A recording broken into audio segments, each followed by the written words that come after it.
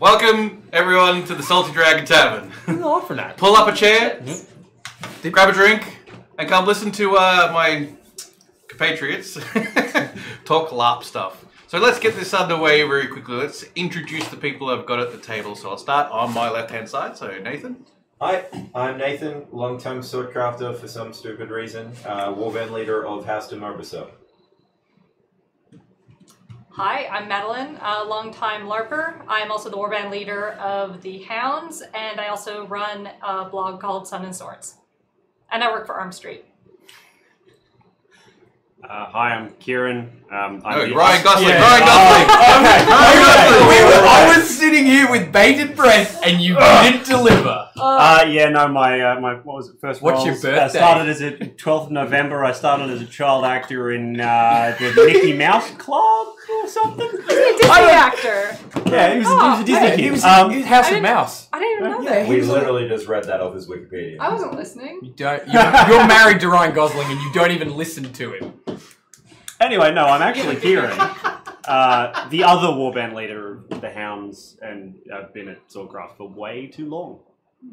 And that's already important introduced. Yeah, true. Yeah, I agree on that. Me too. Will you look at Tim or the camera? Yes, if you are listening in, Preferably look anything, at Tim. It's I've weird changed a if you few look of at the the camera. microphones around and a bit of the sound around. So if anyone is a bit too loud, because yes, I'm a lot louder than I normally am today because I changed the mic around. If anyone's quiet, that's what's really important. So tell me if anyone's quiet and can't be heard that well. Other than that, yeah, ask all your questions. Even though you've asked already a lot so far, that's probably enough to keep us going for the rest of the night. I like you actually skipped over my intro. No, he looked it up before. He just memorized it really quickly. Internet is a wonderful thing. What? Why are you looking at me funny? I'm not. I should mention, by the way, that if Madeline and I are rude and staring at this, it's because we've got the chat going as well. Yeah, that's true. So. That's true. All right, a couple of things to go through before we start doing this. First things first, we are LARPers. So I have in the Twitch stream itself, so if you go to our Twitch channel, if you're watching this from YouTube or anything like that, in the Twitch stream itself, there is down below the video itself is a listing of all the upcoming events that we know of, as well as a link to an Excel spreadsheet representing a calendar for this year. So if you're interested in LARP in this local area, by all means, have a look through all that type of stuff and buy tickets, come along and have some fun with us. Just through the wall. I have no idea Nothing. what Just he's doing. keep talking. That's right. Oh my god. Also, this is a Twitch stream. Everything that people donate to us help. So if you can put a subscription into the page, that would be fantastic. If you can do a bit cheer, that would also be helpful. Also, probably the best thing that I really like people to do is actually tell them that we exist and that we're doing this and get people to come along and listen to us talk. Like, share, and subscribe. Yeah, like, share, and subscribe. That's right, yes. Finally, on Sunday nights, I also run with a bunch of my other friends a Dungeons and Dragons game, of which we run it in Old Althea, the old world of Swordcraft, because now they are changing over to Blood and Gold. So we're still using the old maps and the old warband names and the old warbands and all that type of stuff, and running through that playing a D&D. I have children in front of me. Alright, so let's get into the questions. Some of these questions that you guys have already posted in the chat, we probably might skip and leave to another month as we go into, because some of them are quite big in their answers and we're not quite sure if we can or cannot answer them or should. If you got other questions, by all means, keep typing them in the chat and we'll get to them either tonight or in the following months. As I said, I've changed the format of this slightly. These are my, other than Kieran, depending on how things go, if he wants to stick around or not, or if he doesn't babble too much. Apparently he babbles a lot. We'll find out. We'll find out. Shut up already. And these will be my regular children. I mean, panelists. Regular children? Yes. You're the biggest of the child. Kindergarten. Biggest child. I was feeding a ghost. Feeding the ghost? Yeah. Yeah. Wraith? Ghost? I Yes, don't know. something like that. Yeah. Alright, so the very first question was actually put in the chat, which you guys have had a quick look at, is... What we have. These You two guys are have, yeah. chuckle fuzzling. We're going in blind because it will be more natural and therefore it'll be a more honest answer and they will trust our responses better, especially because we're going into this with more focus. And I mean that literally. Our camera is better focused. I can fix that. Oh, balls. He's going to make us switch seats. All right. So the very first question that's off the block is actually probably aimed at you to a certain extent because of the way it's worded. Probably to me a little bit because I am also somewhat of an organizer and a ref. And have been. To Soulcraft. You did Shattered Throne. That's true. Yeah, I did a whole heap of stuff. I've done tons of stuff. You have no idea. But Help the first question is essentially volunteers for a LARP battle game. How important are they? Pretty much. How important are volunteers to LARP? I don't think it's a question of whether they're volunteers or not. I think it's a question of people passionate enough and willing enough to participate in the organising and running of a LARP. They could be employees or volunteers. And I say that knowing that there are companies who employ people like Wyvern has certain employees and they run Drakenfest. You can correct me on this if I'm wrong, but I think Bickerline has a company behind it that runs it. I'm not sure how they run. Okay. Yeah. But I think theirs is less sort of like a traditional business format, but more like an events management thing. Yeah. I think Conquest of Mythodia does the same thing. Too. Conquest of Mythodia absolutely Yes. runs it under that way, and I was going to get to them next too, in that I think that they and Bickerline, from what I've been told, have the similar sort of events management structure. And I think to go to Conquest of Mythodia, the Spielleitung, the GMs, for want of a better term, they volunteer, I think, but they get either free tickets or credits or something. I think I could be wrong. It's not important. Yeah, but to other events that company runs. Oh, okay. Yeah, throughout the rest of the year, and they may just get straight paid. I don't actually know.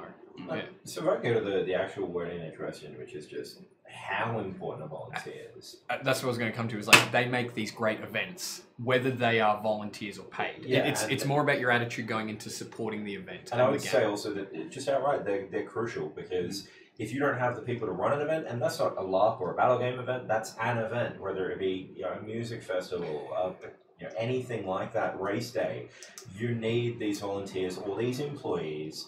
Because they're your boots on the ground. They're the ones that are, doing crowd control, running people through things, managing rules, doing sign-in, giving people wristbands. A lot of these are really overlooked aspects of that, but you can't have an event without volunteers. It doesn't matter if it's a LARP or a battle game. You need volunteers. You need them to be, to some degree, they're the kind of people that are willing to sacrifice their fun and their enjoyment to allow other people to have those experiences. The referees at Drakenfest are all volunteers. I think they get fed, maybe. But, they don't play at all. There's no on or off. They just have shifts of whether they are or are not refereeing at a certain time. But they're just LARPers who've just given up their time to make this event happen for, 8 or 9,000 players.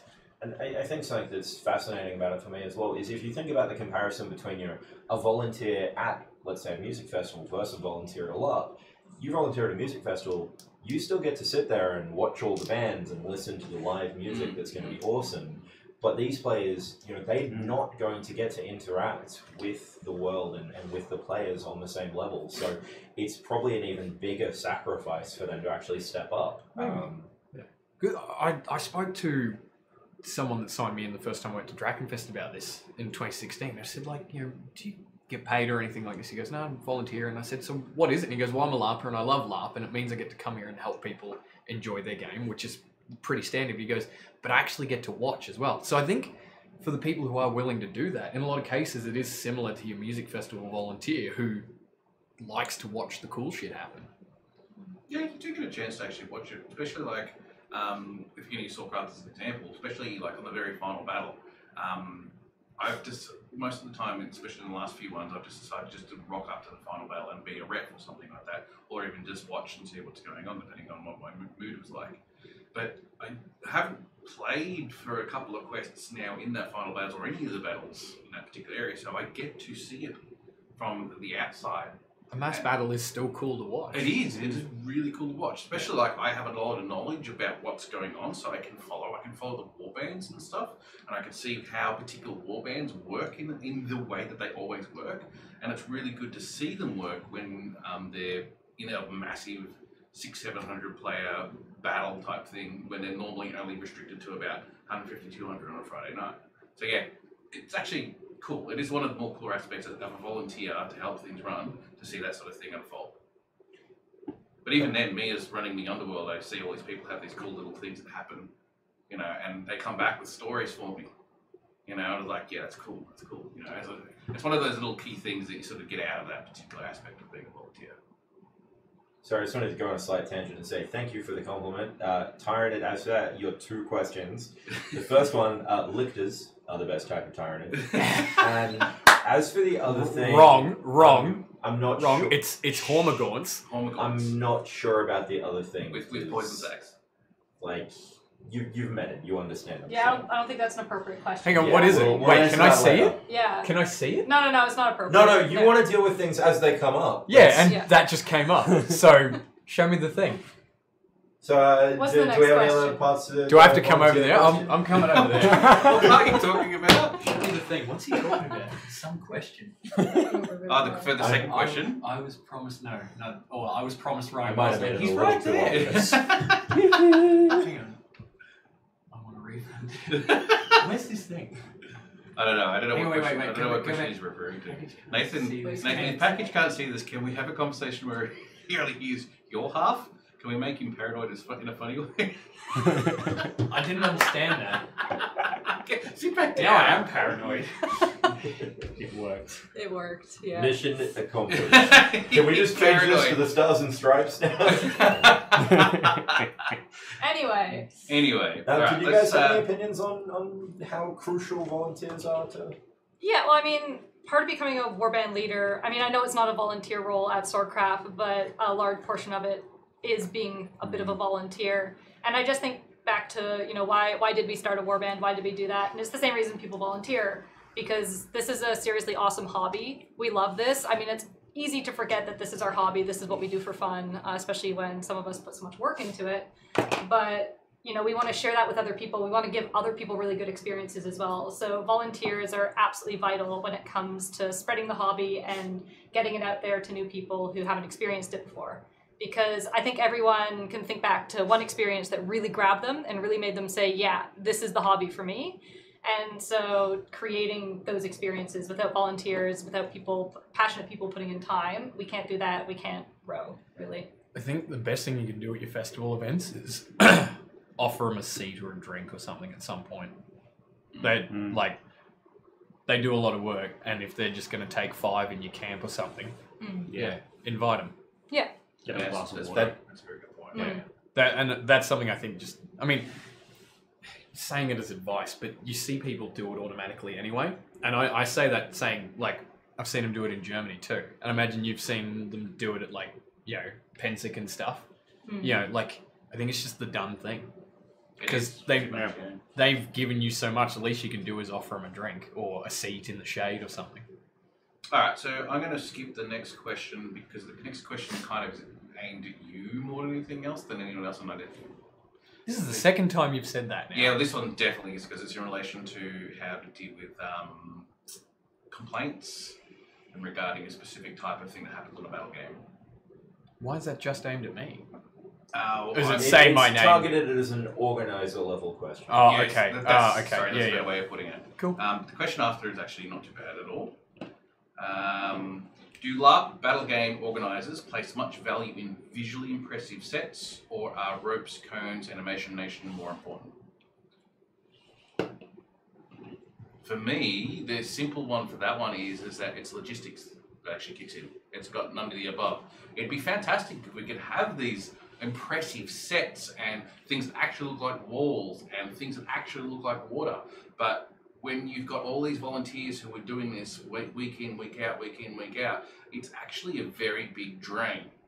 So to be able to simplify it and get it quickly done and to put some a quick map out there and put some bollards out there and put some rope out there and some cones out there, it takes a lot away from the organisers for them to need to do things. Because as you've seen, herding cats to get other players to help you is actually really difficult and sometimes makes it even worse and harder to actually organise. So it's logistics more than anything else. What we'd like and what can actually be done are two different things.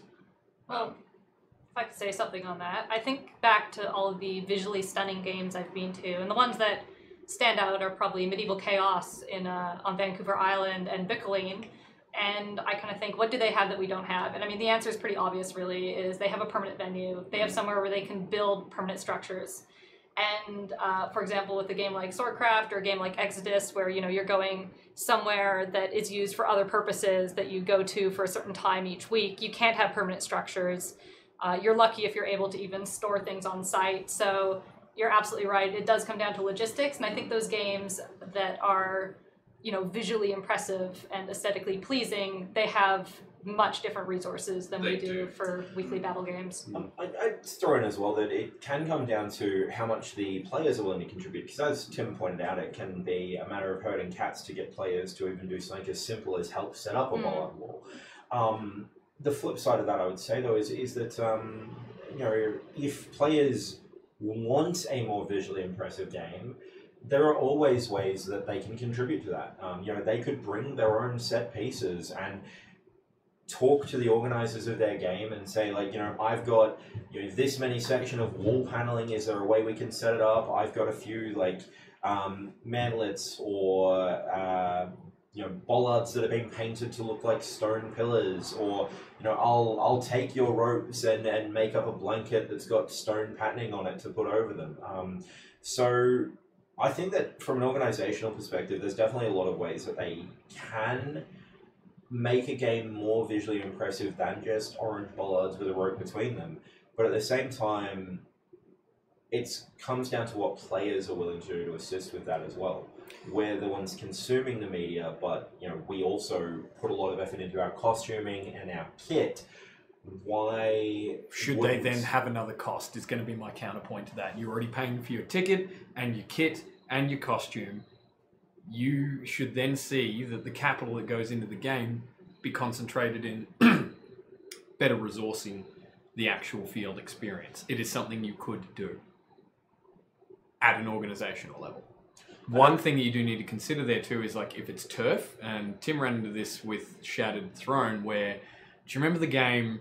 And I remember this because it was the first one I'd reffed, and I shit myself. When the ranger came, he drove straight onto the oval. Yeah, I remember that. And he came up to me, and I'm like, I don't run this. And then I brought him over to you, and he was asking about the flags. And then those guys came back on because they'd set it up to play soccer, and they'd asked earlier, and they'd pitched their own little soccer pitch and stuck them in the turf on Crawford. You're not allowed to do that. City of Melbourne rules. And he must have thought, because of the setup we had for the dungeon crawl night, that it was obviously something we were doing, and then the soccer players were walking back over to it, and he was like, right, sorry, no worries, jumped in his ute, and he went and gave them a blast instead. But impact on ground is something that some councils will take into effect as well, take into consideration the effects on turf. So, like the blanket idea that you posited, that's possibly one that you could do, to mask, something that is low impact and permitted, but you couldn't necessarily pitch a mantlet with its wooden wheels. The possibility of that digging into the turf is something that they might balk at, because you would definitely need to have that conversation with them ahead of time. And if they came along or had someone report it to them that you were sticking walls up, they're going to want to know how they were stuck up. And if it's not satisfactory for the pitch conditions, they're going to get angry. The other problem is... Which is a problem we've had before. Yeah. The other problem we also have too, and I'm pretty sure we've all seen it at least once in our lifetimes, if not several times, is invariably someone not paying attention to those particular bollards and ropes and running right through them, jumping over them, tripping and whatever. No matter how big and impressive that set may be, someone's not going to pay attention and back into it or something like that, and bang, there's your set gone. all that work into it and stuff like that. So You just got to think about the money that like is accrued on a weekly basis for this sort of a game, though. We modelled ours based on pretty low attendance numbers, and then did some mid-tier realistic modelling. And there is certainly the fluid capital there for a certain level of initial setup, probably after a few weeks of running, and then continual capital put aside to maintain a higher quality thing like you want. I have nothing against players contributing. I should point that out. If players want to contribute, that will only add more, because then they're bringing their extra capital that they're willing to bring. I'm definitely not saying That combined with an organizational level of capital investment, you get a huge margin of return. I should clarify. I wasn't implying that players should be solely responsible. Obviously, as you pointed out. My point is like the way the dialogue goes is that it's always the players should pitch in more first. That's a problem that needs to change in the thinking. interesting. Anything more before we go on to the next question? Yeah, just shut up here and let somebody else speak. Look, I know I'm just here to look pretty. Shut up, Ryan. Look All pretty right. and eat chips. Okay, the next question. I'll stop Next then. question's a good one too, actually. Is it okay to metagame to make the game more balanced, or does it cheapen the experience? Depends if you do it in the open. What do you mean by that? I know you've done it, and I know I've done it, and I know you've done it. What is- I bet you've done it before too. Metagaming to make things positive for Other players. for other people. Oh, absolutely. Where it either cheapens your experience or it cheapens an experience of probably an inner circle you let in, being like, look, guys, we're going to do this thing, and it's going to be a bit metagamey, but it's only going to look metagamey to anyone who might pick up on these certain things, and we will know, but we're taking this hit for other people's enjoyment. Yeah. I mean, just for an example, I guess, for people listening, would be if you're role-playing with someone and you can tell that out of character they're getting quite upset, so you kind of dial it back, whereas your character wouldn't. But you're dialing it back because you can tell that the person isn't having a good experience. That's actually a very good example. Yeah. You and Dragon Core. You want to go through the example, or will I? I did the same thing, but to a much lesser degree. And that, to a large degree, was actually one of my least favorite memories from a quest event. Was the a Sagas battle wherein I did a lot of legwork sort of leading into it to get as many allies as I could, but found sort of even just before the battle that they hadn't approached some of the larger groups that were at the side. Wound up trying to get those players involved, and wound up, basically just before the battle, seeing what rocked up to support us versus what rocked up to support them, and kind of gently pushing some of the people that were with us to the other side, even suggesting that we maybe call the battle over and do a rebalance, which, to their credit, they decided they'd rather fight it out. So I definitely think, like, in hindsight, I would have rather let some of the warbands that I pulled onto my side not show up and sit that one out.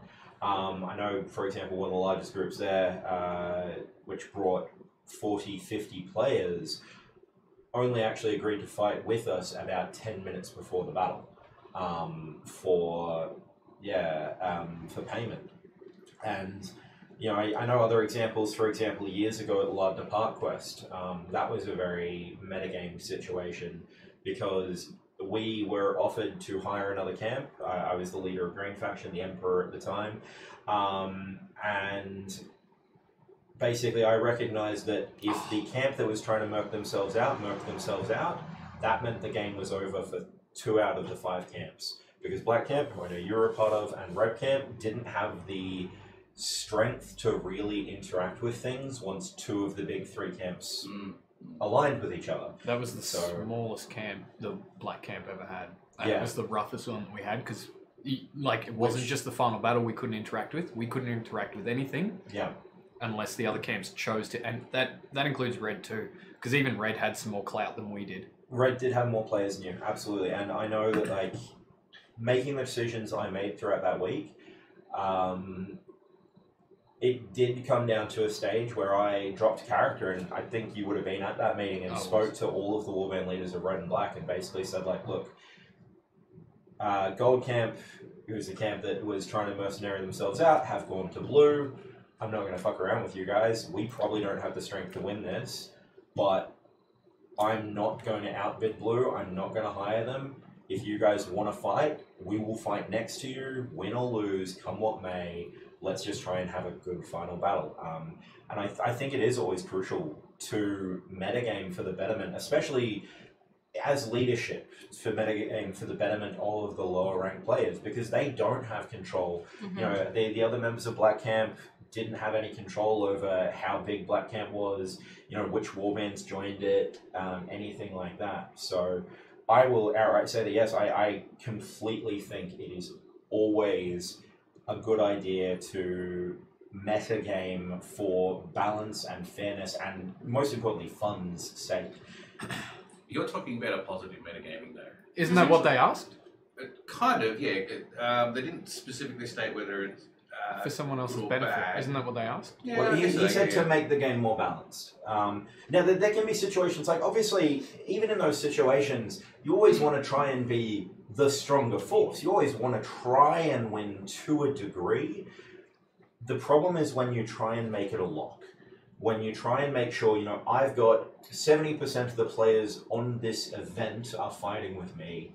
There gets a point where you've got maybe 40 to 50 that you should start slowing down and pushing away some allies and making sure that, you know, even if you are 95% sure going into a battle that you're going to come out on top, that it's going to be a struggle. That there's still going to be a risk for both sides, that it's never going to be that 100% the roll, the stomp. I mean, yet tactically, historically, militarily, it might be what you should be going for, but you've got to ask yourself, is that even going to be fun for the winning side? Yeah, exactly. You know, are they just going to go out there, 5 of them might get to fight because there's just that many of them against so few people? It also demoralizes people. I've had final battles that I almost didn't go to because I knew the outcome was predetermined and I knew it wasn't in my favor, and that can be exhausting. I'm sure that you've definitely experienced the same. I'm fairly sure at the CryoQuest, a lot of your guys, from what I've been told, felt very similar as well. And it does. It can happen to either side for any reason. So, yeah, sorry, now I'm being the rambling one. Sorry. That's my job. Something I'm very passionate about is balance and fun. Oh, look, so am I. Look, one of the reasons why I did the Undead the way I did back in the day was to try and make sure that there was actually something happening. Otherwise, yeah, 70-80% of the people just like played Kumbaya and nothing would have happened. So yeah, I always made sure I challenged everything just to make sure that something happened. Yeah, you were really annoying. I know, it was great. All right, anything else on that particular question? You want to add, anyone? All right, for you, Package, will you be adding tyrannies to the game?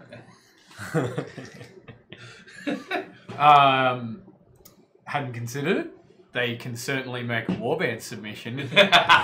Just email exodusbattlearp@gmail.com.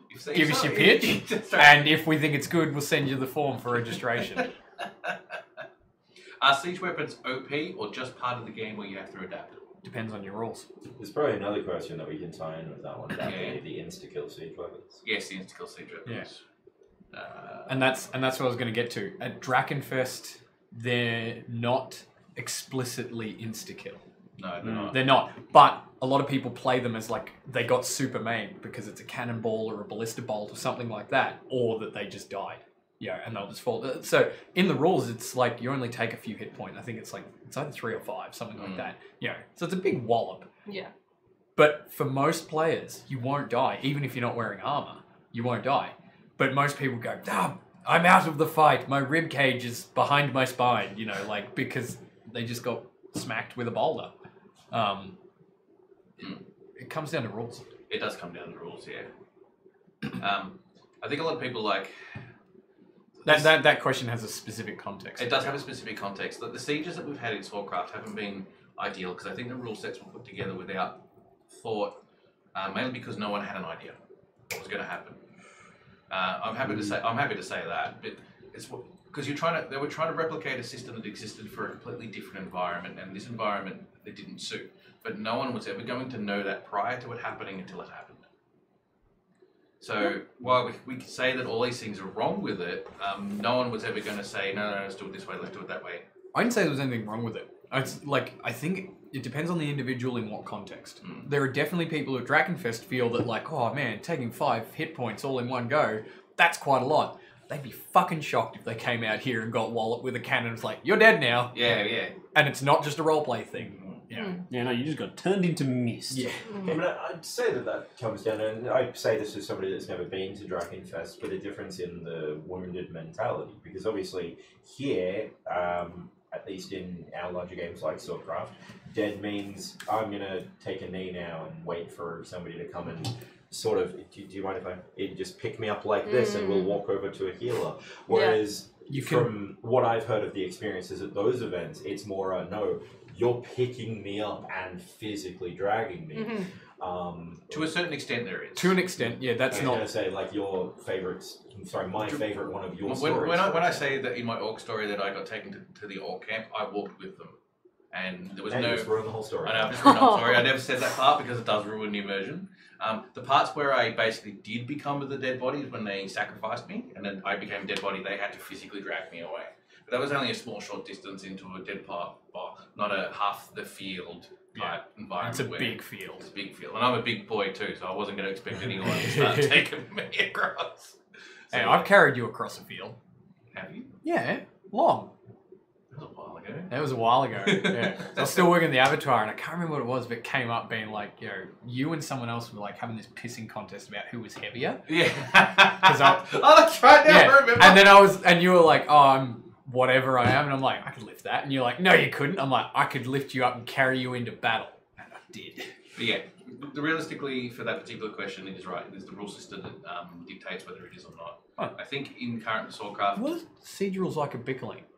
Or siege weapon rules? I don't know. I was Yeah. we were never in a battle with a siege weapon. Yeah, when they weren't back. We weren't in a fight where they were used, Mm. and we were.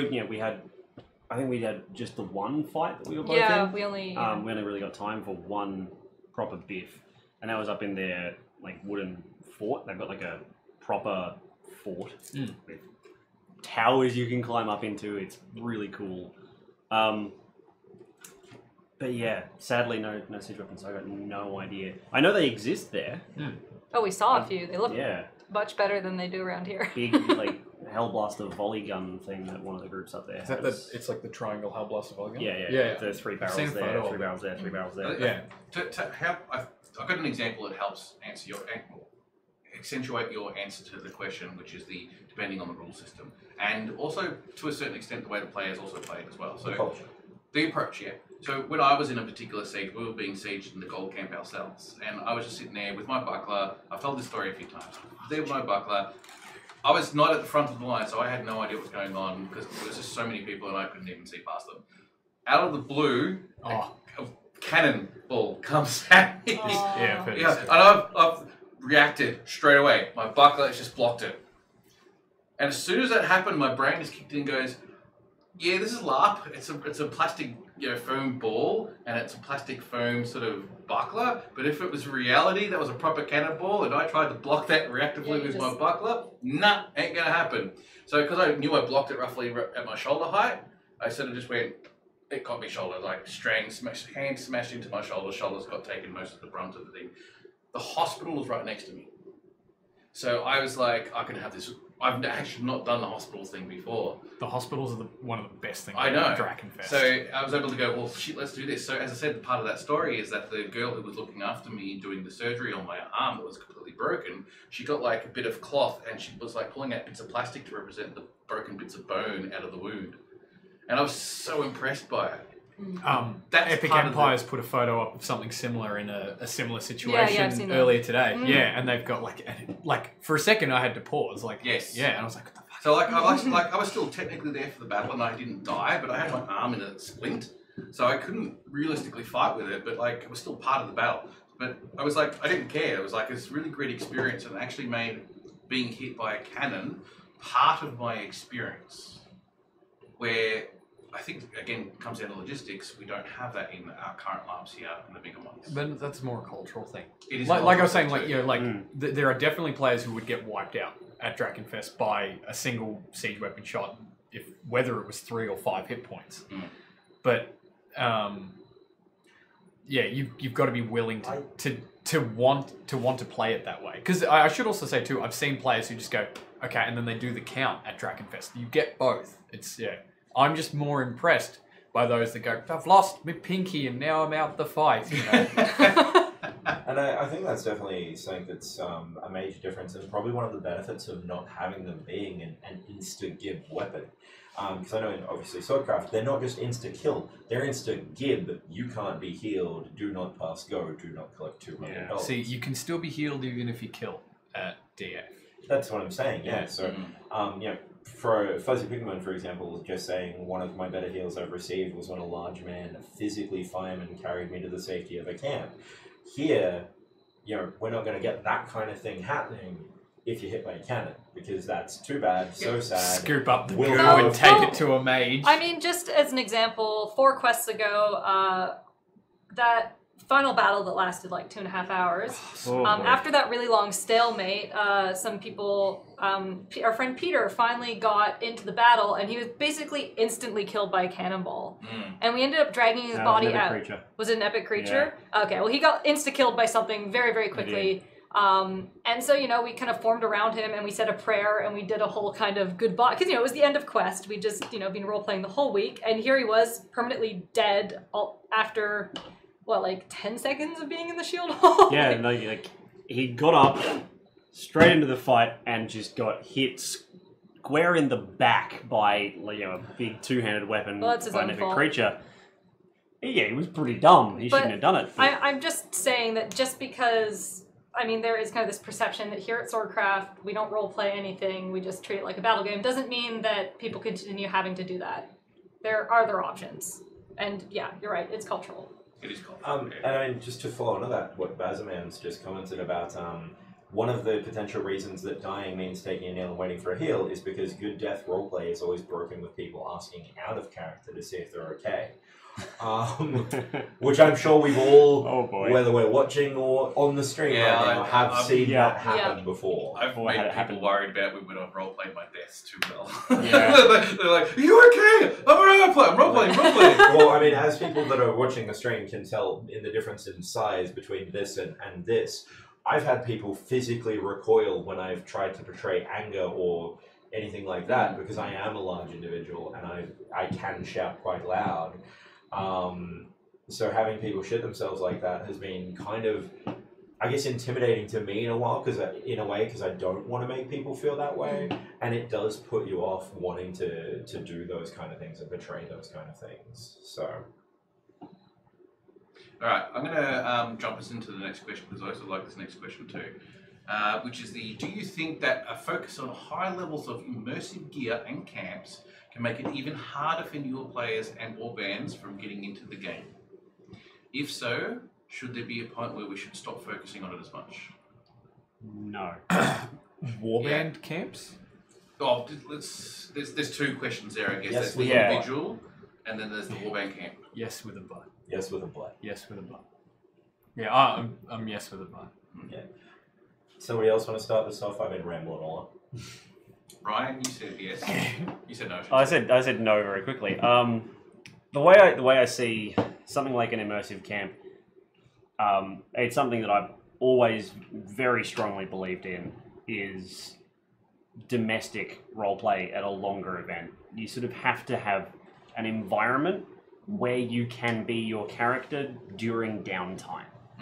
You really have to have a place where you can be and just sort of, you know, do the mundane things that your character would do and draw yourself into that world a little bit more and actually live as a character as opposed to being yourself around camp in your, you know, plastic tent or, you know, wherever, or in your cabin, and then somehow becoming this sort of character again. It's sort of, it's a very, the camp is somewhere that you should be able to go and remain in character. You know, feel free to have places where you can go and just relax. That's fine. I don't see why anyone would not want you to have a space where you can go and wind down. We all need that every now and again. You know, most people go through a quest and have some sort of weird freak out, especially since they became like a week long. Wait, everyone has their mid-quest cry. Oh, yeah, Everyone that's does that, it, right? yeah. It's not just me? No. It's just me? Okay. I usually say one of the last week. One time, but I got bad OOC information. So does that count? No, I assure No. you that I'm not the only one that has a mid-quest cry. It's not just me. You're definitely not. You're not. Yeah. Definitely not. I think that it can be a bit off-putting to new players, which is what the question asks. But I think it's important that the veterans that do have those higher standards kind of help and encourage those that don't. I mean, Craft days, shared tents, and well, I'm more speaking. accommodating communal spaces are key. Musion are one of the warbands that are very good at doing that. I'm more saying even though at the event between groups, because the question does ask, is it intimidating to get new warbands and things like that? So a warband like yourselves that have that excellent standard, I think one thing that could help is if the warbands like Muslin, like yourselves, the Order to a degree, well, not to a degree, the Order have a sensational camp sort of environment. If they were to maybe help show the newer warbands that don't know how to build those environments, they don't know, what elements to bring to introduce them. It's something that I struggle with because I, for example, have a lot of players that don't know, necessarily how to do research, and I'm not fantastic at it myself.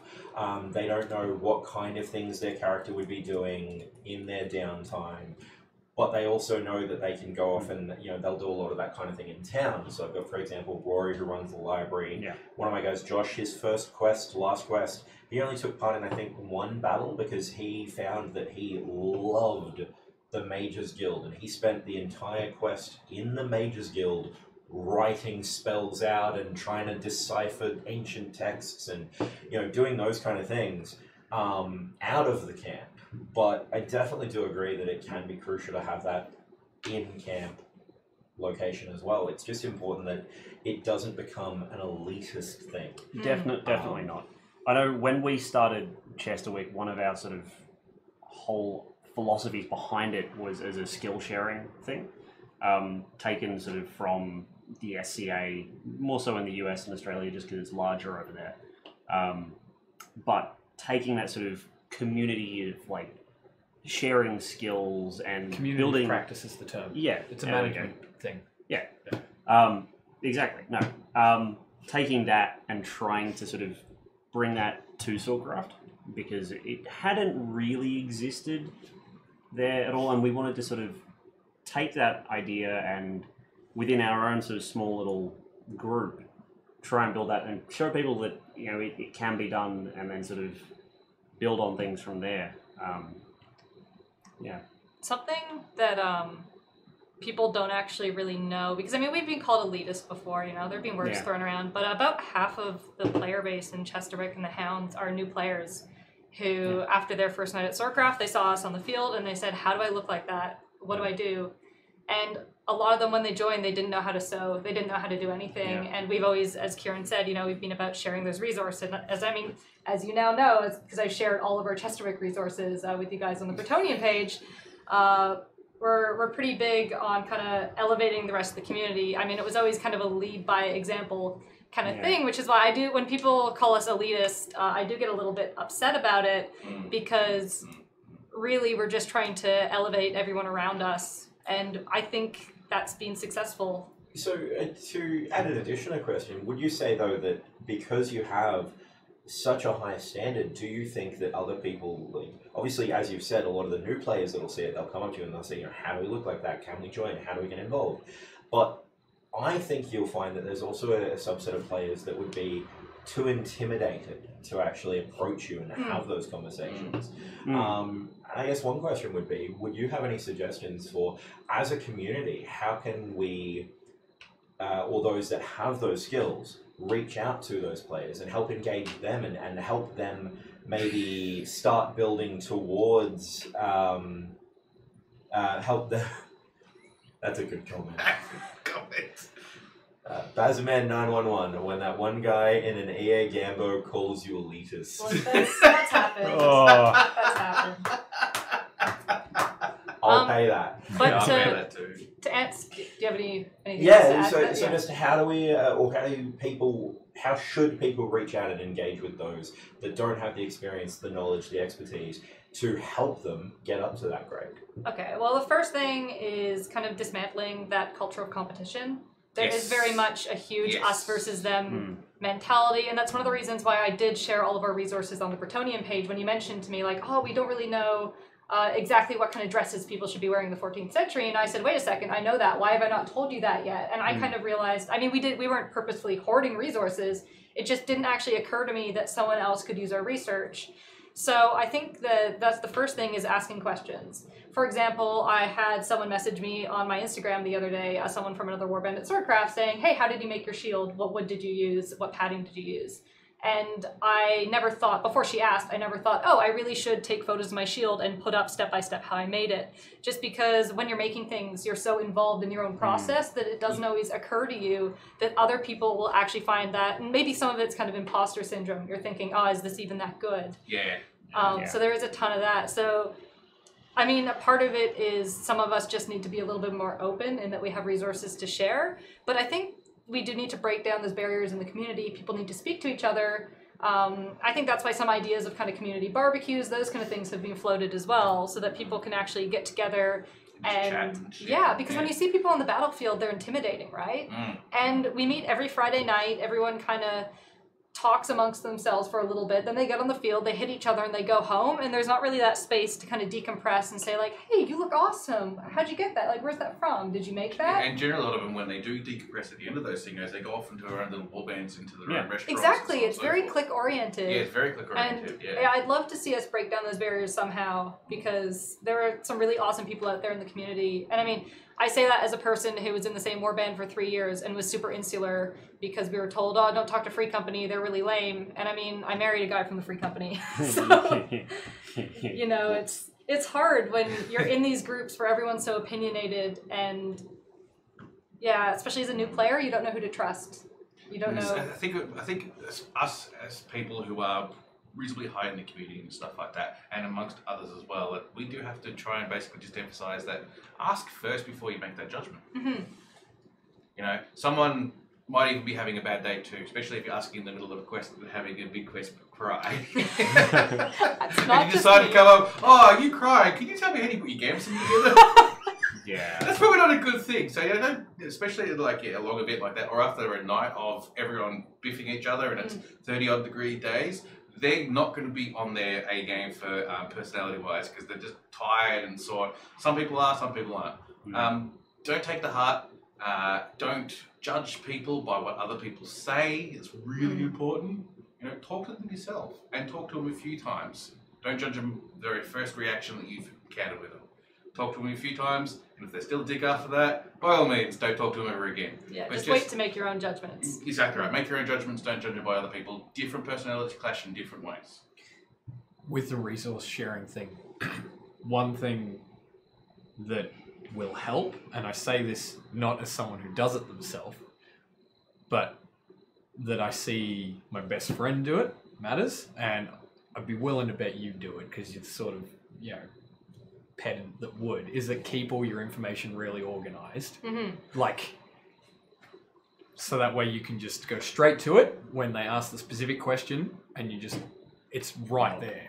And if you have that level of organization, you're much more freed by the ease of your own access, and therefore you're less likely to balk at it, because then you don't do what I do, which is like, oh fuck, now I'm gonna have to dig through the mess of, you know, either sheets of documents or fucking files that are not, you know, put in folders in a Like 18,000 folder tree. images. Yeah, or just and then just scroll New through like folder. New folder 2. Yeah. New folder 3. Yeah, That's LARP 3. Where's LARPs 1 and 2? And That's then you better just than my problem of not writing anything down. And I think that's the biggest thing that infuriates my guys. Yeah. Is they'll come to me and say, so you told us this 6 months ago, and I'm just like, Did I? That sounds like something I would say.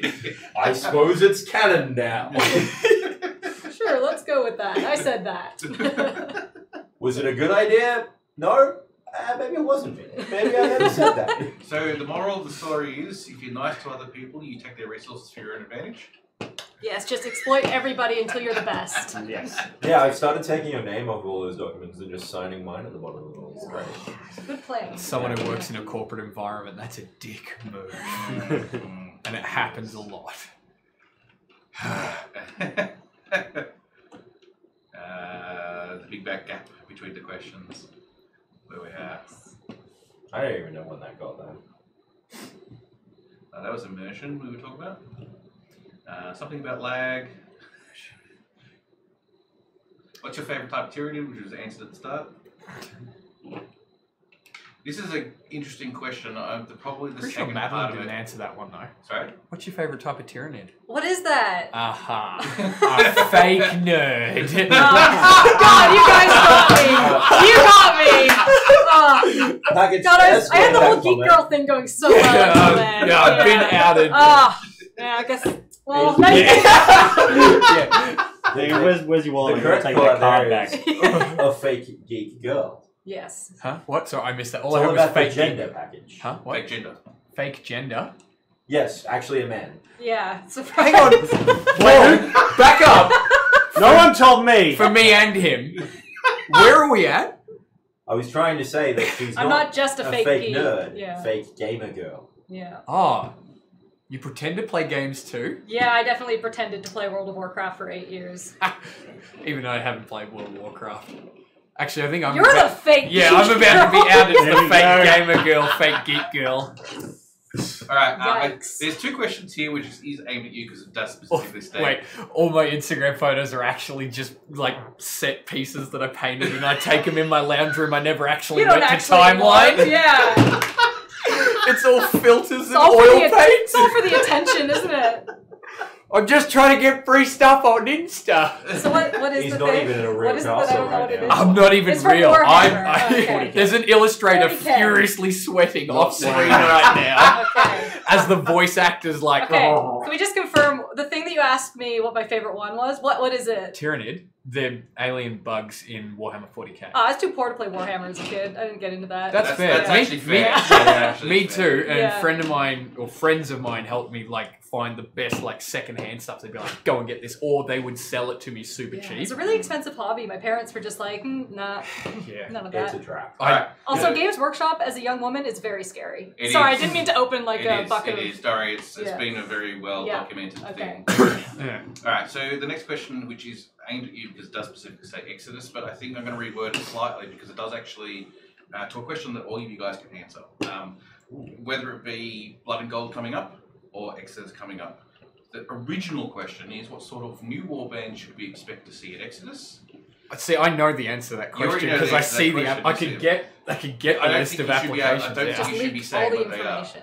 Yeah. I don't think you should be saying what they are until No. they're happy to release A lot of the Also- ones that are publicly posted, I'm really excited for. Like Most of them aren't approved yet, Yes. but they have applied. What I can say is most of them are going to get approved. Yeah, Disney, that Ooh, stuff's but great. some of them Whoa, whoa, are. whoa, whoa! Sorry. What's she doing? Nothing. Oh, it's like Mongolian themed. It looks Oh, no, fantastic. yeah, It looks great. Like, Sorry, it's I all look over the forward page, to- like, Yeah, it's I know, not she's enough. posted about it. It's like the dwarf warband that they're putting The dwarf together. Slavic I'm like, warband. oh my god, dwarves! I love dwarves. Yeah, it's Slavic dwarves too. Slavic dwarves, Yeah. yeah. There's some good stuff going on. Ooh, Anyway, that's a distracted. strong thing. Sorry. Which does actually bring into that. That's actually Found an images answer for it to too. the question I was going to come up Looks next, like which is when the I did second part Slavic dwarves. package. The second part of the question. Just beating off over Slavic dwarves over here. What warbands would you like to see? Which we've already started answering that question. Ooh. Like just hypothetical Hypothetics. Yeah, what would you like to see? Tyranids. No. So what are they? Okay.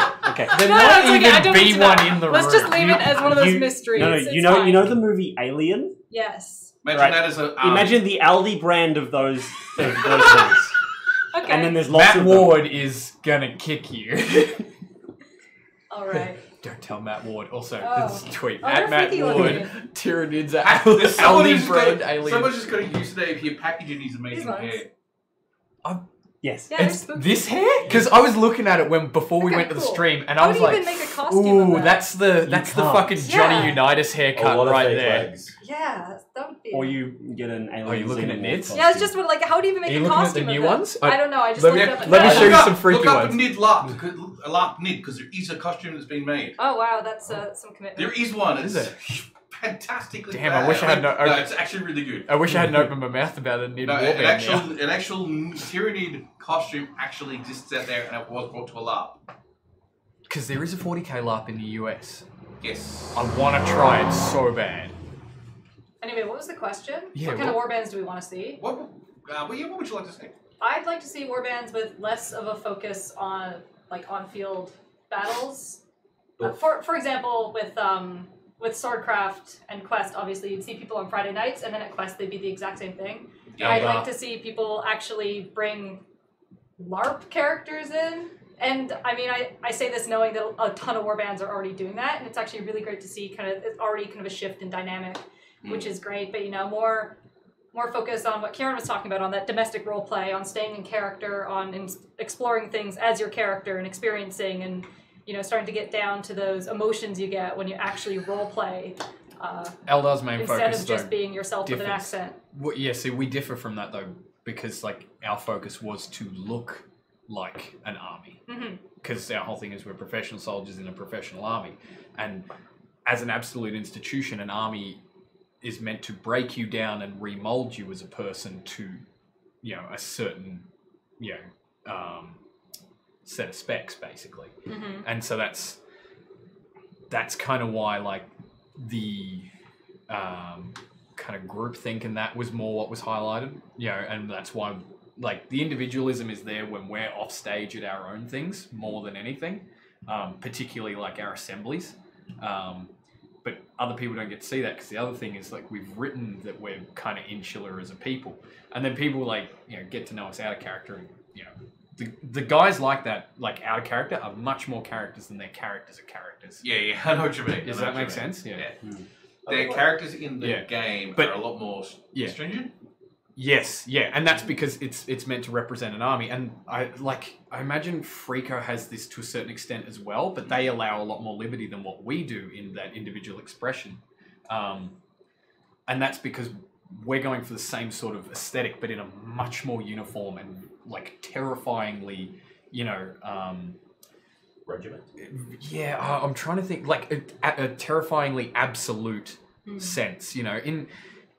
You guys If are the you've- Spartans. If anyone's read Robert E. Heinlein's Starship Troopers, the book, not the 1990s movie, even though that was good in its own also way. an example of tyrants. Yes, yeah. Yeah. That's kind of Yeah. like what NIDS are, the bugs. Yeah, kind of like that. But that kind of breakdown and single mold, single path in your society kind of thing. That's the kind of thing we're going for, and so it was important for us to all look like we behaved the same.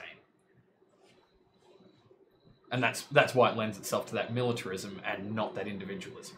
So I'd like to throw out fascism, right? Hey, what I'd like to see is more interwoven groups and warbands. So less people existing in a vacuum. So I know that one thing I've seen, for example, from a few of the people that are posting in their ideas for what they're going to do at Exodus is ideas that need a villain, or they need the evil empire that they're trying to overthrow, or they need, even just a neighboring kingdom that has done XYZ. The problem is, if they don't communicate with other groups and other warbands to maybe fill those roles, then their idea won't really work as well as it could. in our world building, we're going to deliberately facilitate those discussions Yeah. for that reason. Yeah. Because and then- you're right, you need more interweaving. Yeah. And Either conflict or cooperative. Like, I know one of the ideas that we floated for what we might like to do when going across to Exodus, well, I floated, my guys didn't like the idea so much, was a... Approved. Excellent. Suck it. Now tell me what it is. Was a crusading order of paladins. But for that kind of thing, you need a kingdom to have come from on crusade. You need something to crusade against. Not necessarily. The Teutonic Order, the Hospitallers, and the Templars are not drawn from specific kingdoms. Yes, they had certain ethnographies that they were more predominantly drawn from, and that's because of the founders of those an orders. example. Yeah. You don't need a history lesson. What I'm saying is, like, that doesn't have to be your reason to opt out of it. Like, you don't have to be a crusading order from a kingdom because generally they were extra national. And I know that, because you said, obviously, that this could apply for Blood and Gold as well. I think that's probably something important for Blood and Gold, given it is so much of a more defined universe that, you know, maybe a lot of these groups will have interacted in the past and will have known about each other prior to arriving in Sinberg, so... I've been asked, because apparently the dwarves will not actually be Slavic. I misread the brief or confused it with another. For a more Warhammer type dwarf. Oh, okay. Well, It'll be good to see those done properly. Oh look, whatever type of dwarfs you bring to the table, I'm just happy to see dwarfs because they're one of the less popular sort of typical races, I guess, for a fantasy sort of trope.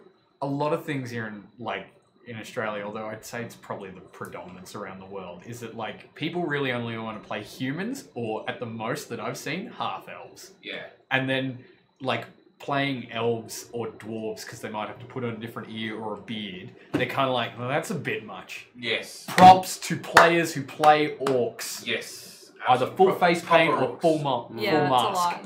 Like I have proper respect. orcs, like or cartoonish kind of Warhammer orcs, doesn't matter. Like because that's still a full, especially Warhammer orcs. If you go the full jaw and shit, like Oh, yeah, I, that's it. I had to take it off to you, but yeah, people need to play more fantasy I mean, races. I- Thank you. I'd love to see an undead warband go the full prosthetic route. You know, Oh, yeah. masks. Mm. You know, Fake bones sticking out. yeah. Did you ever see the Rusty, Give me, shitty give me a armor. whole heap of money and I'll do it. the Haunted Mansion? Yeah, the I'll show Disney, money and I'll like, join movie you. with Yes, Eddie yes. Murphy in it? The zombie skeleton costumes they had in that Oh, amazing. came up for auction on whatever that website is a while back, and I was looking at Catch them of the like, day. No. Just they were just on eBay. Literally, auction finished 5 minutes ago. How No, much did they go for? Oh, like $2,000 each. Nah, yeah. That's for a full prosthetic skeleton costume. There's a lot of work that would Wow. have gone into that. Yeah. No, I they were unbelievably cool. Yeah. I remember, like, yeah, when I was a kid watching that, just so this is the thing, right? Like I got to know at a recent modeling gig. I say recent, it was a few months ago, but I got to meet the girls that worked on a lot of the secondary character, or on all the secondary character costumes for Aquaman. They just Cool. come down, yeah, Oh, it's sick. yeah, and they were explaining some of the tips and tricks on how they achieved the looks and stuff that they did for that movie, and I was like, "Are you serious? Like it was kind of that easy?" And they're like, "Yes." But, and then like they'd have like production designers and, you know, producers or directors or whatever, you know, like who had particular visions, right? Mm. And an example is like the tessellated scale look. You know, they come in and force them to rearrange all that. Like, yeah, they'd lay it out and be like, what do you think of this? And they'd be like, you need to rearrange it. And so they have to pull it apart like a jigsaw and redo it. Like it was insane. But if you don't have someone leaning over your shoulder like that in a movie, the tricks to achieve those are actually not tricks. They're just small skills applied over and over and over again. Mm. I mean, you guys probably know this doing more historical costumes. You know, like, you know, I'm including you because, like, even you guys with your Man, I buy everything. no, but not your surcoats. Oh yeah, not those. They're made proper. Yeah, like that's what I'm saying. Like it's the same little things applied over and over again in a few different ways. It's the same little skills, Mm. and then just this amazing result, you know. And then, yeah, you just hopefully don't have some director come in and be like, "No, that shimmer's too wrong. Move the tiles down." Yeah, it's a shame it doesn't pay better. Yeah, right. That's why I never went into it. Yeah. Just costume design. Oh no! Well, apparently these girls make all right money, but That's they got good, paid yeah. shit for the event that we did, and they were like, "We're not working with her again." Shh. No sauce. This is a live broadcast. Yeah, but I'm talking about modeling, so is that okay? Yeah, I guess that's what you two have in common. Kieran's an international model. Speaking as And Ryan movie Gosling's actor, wife. All right. Bit of a Anything else in serial relation modelling to what crew. you would see? No. Like, I would love to bring back an undead the way I would like undead to be, but I've been it's modeling just, as an it's adult. just too though. much work and too much money that I don't have. I'd give it a Mickey shot, but I Mouse know I'd Club. lose half my warband. Yeah. Yeah, that's the other thing too, is it's like back in the day when I did the undead at the very start of Soulcraft, when there was essentially no real costuming standards because there wasn't really the community to actually get these costumes made up and all that type of jazz, or people weren't, Calamasa was probably the very first set of things that were getting brought in that we could buy in mass at a good price, so on and so forth. So back in those days, it came down to the popularity of the concept. So like Free Company, the mercenary concept was very popular because people just go, I want to come here for the bash. I'm not quite sure what to do as role playing. Mercenaries, that sounds really good. I'll just kill things for money. Bang. Mercenaries was nice and easy. Elves were quite popular because of the very Tolkienist sort of elf thing that sort of keeps The around. trilogy just sort of wrapped up Yeah, a exactly, couple of years, not even, no, like at the time of launch. So yeah, But like the North came about more because they're just a large bunch of friends who just came in and they just steamrolled since then. they also had the advantage that a few years later, the History Vikings, Channel's yeah. Vikings Yeah, show Vikings. Yes, came the out, Vikings so that show would have came out, boosted their yes. popularity as well. So some of it's just luck with timing. Yeah, so yeah. I don't think the undead are as popular of a Undead concept. flesh from Conquest of Mythodea. That's what I want to aim for if I was at Yeah, so there was a couple of people who in the LARP community were talking about making this for Swordcraft, and if they ever get the desire again to do it, please, for fuck's sake, bring it to Exodus, because I'd love to see that. The undead flesh look amazing, especially the particular plague bearers, which there's no rules for. Also, no one reads the rule set at Mythodea, they just play the game. That was jarring, like that they don't even look at the rule book. The people have been going for like years, and they're like, I've literally never opened it. I'm like, Kieran, when's the last time you read the Swordcraft rules? Soulcraft has rules. Well, last time I had to check some sort of inconsistency, and I don't remember when that was, but it was probably last year. yeah.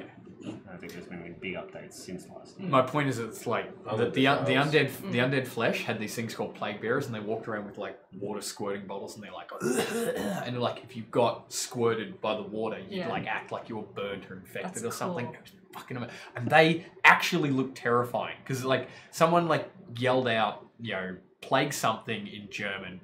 And I was like, what? And I'm looking around the wrong way, and I turn, and they're probably as far away as like just beyond the wall there from me. No. And Oh, like they hadn't even seen me. They're looking at everyone Yeah. over there, and I shit myself because I was like, these terrifying things had just appeared, and I was like, holy fuck! And just How good is that feeling though? That suspension Yeah, of disbelief absolutely. where you, out of character, are suddenly terrified. yeah, Is like it- when you scared the shit out of me with the werewolf, That wasn't me. and it's your fault. I blame you. If I you was a hadn't have- player that day. if you hadn't have mentioned it, I wouldn't have This noticed. was like 4 years ago. I still have nightmares. Oh my god. Yeah, I remember you telling me that too, yeah.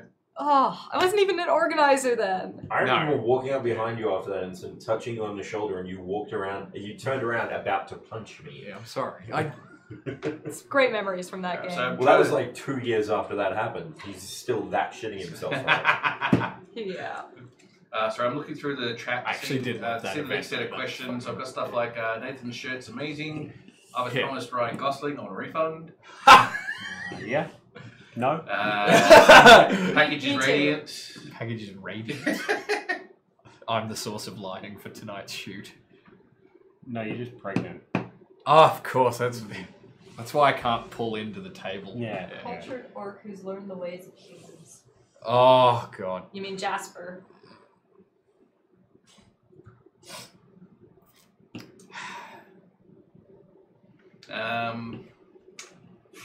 It's like fucking.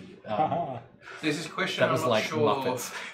I'm not sure it can be actually answered because it's really somewhat aimed at Exodus again because it's the what about rules for handheld siege weapons like hand cannons? Actually, that one showed up when we were discussing siege weapons earlier. It did show up when we discussed it earlier, yes. Okay. But You don't really see rules for it. no, you don't. Yeah.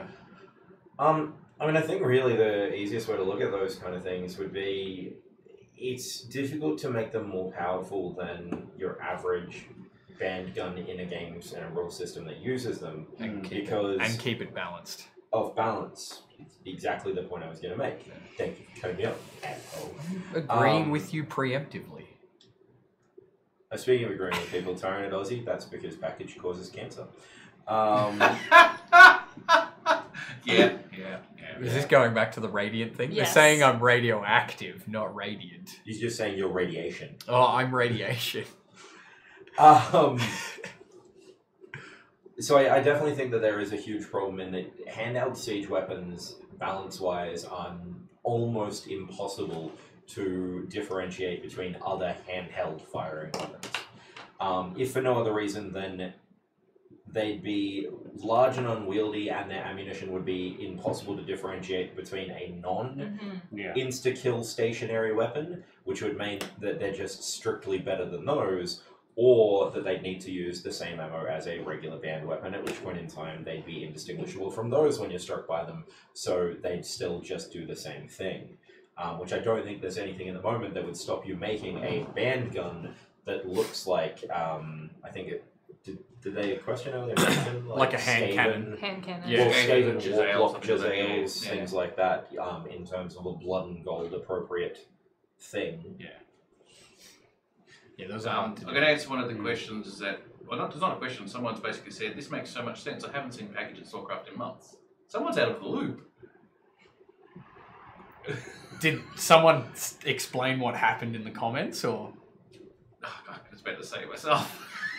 Just to use it as an example, but, well, that could be bad. Well, now I know who Package and his amazing hair is. Who? You'll figure it out. Wait, is that the comment or is that their name? No, that's their name. Oh, fuck. Yeah, like I was saying, this is Johnny Unitas. You could. I was looking at it in the thing, like I was saying before. I don't think I like it actually.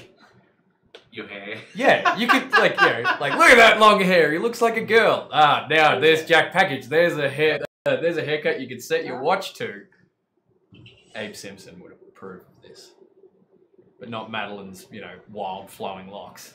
What? Look at She's that at a hippie. disadvantage of long hair under a fan. Sound like my grandmother calling me a hippie. Yeah, look at that hippie. You look like a girl. Oh, really? Yes, I know who you are, Tyrant Aussie. We've had that discussion. Alright, apparently a legitimate question for you, the Salty Dragon Tavern. Oh. Though I think all of us can probably answer this in our own various ways. Why are Swordcrafters so adverse to trying different LARPs or travelling for LARPs?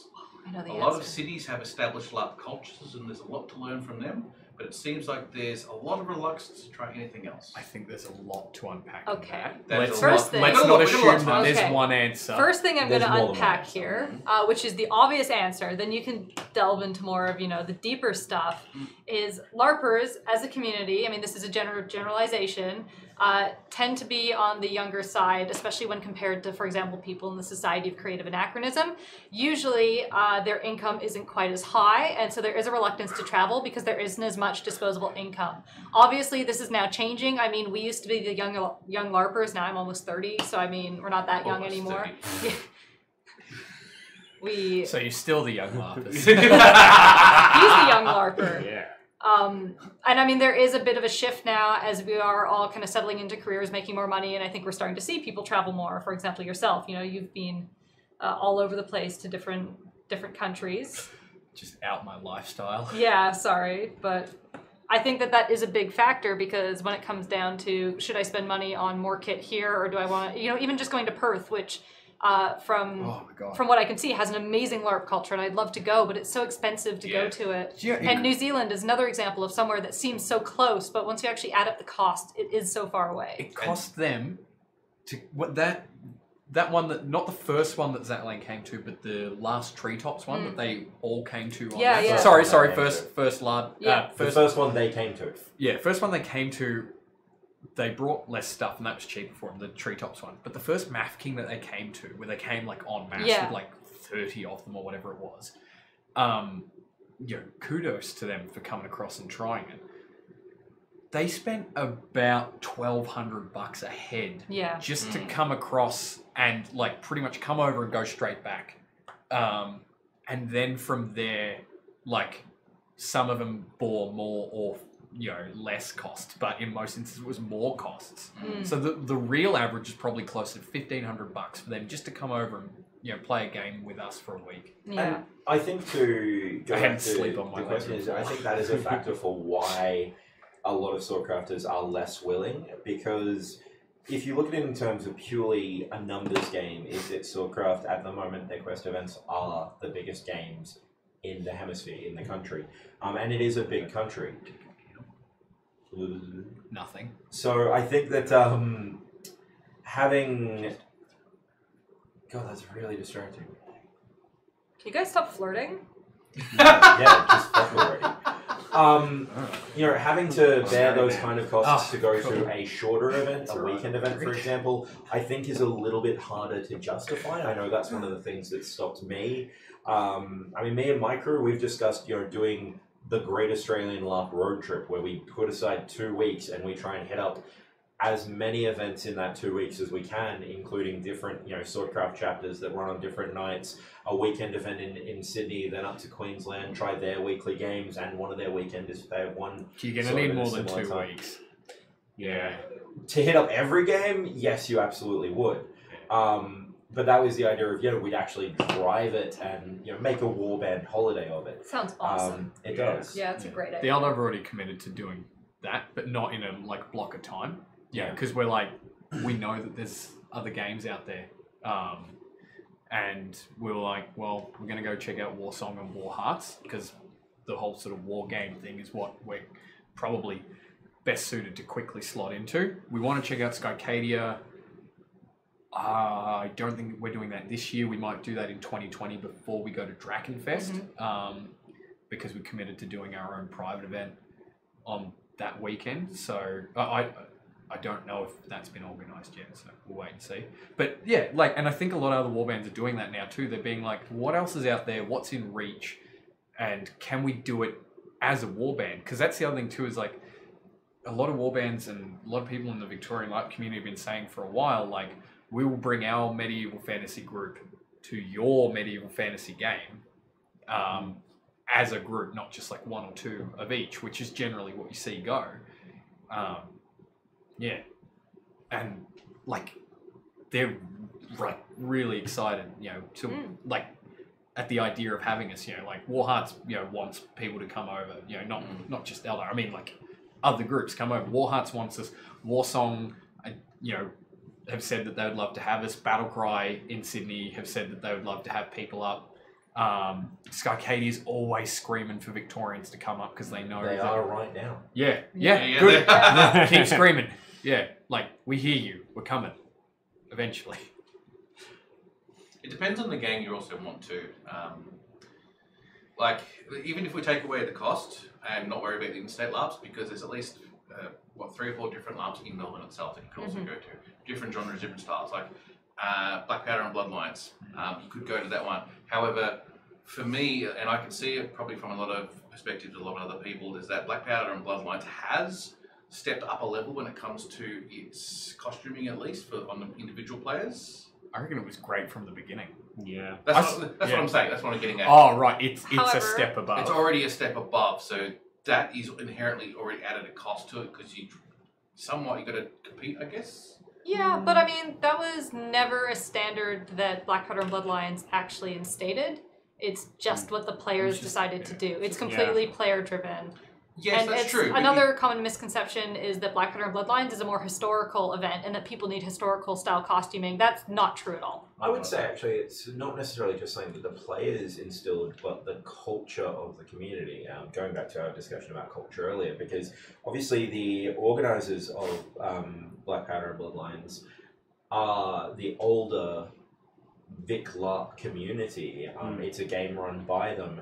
And so a lot of the veteran LARPers in Victoria that have that experience and know the kind of events and the kind of standards that they can achieve.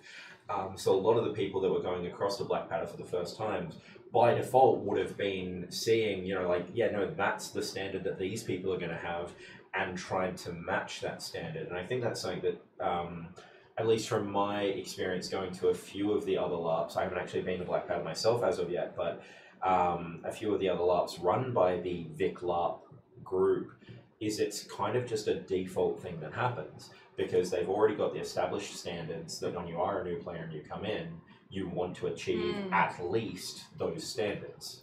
Blackpadder and Bloodlines is run by Vic LARP.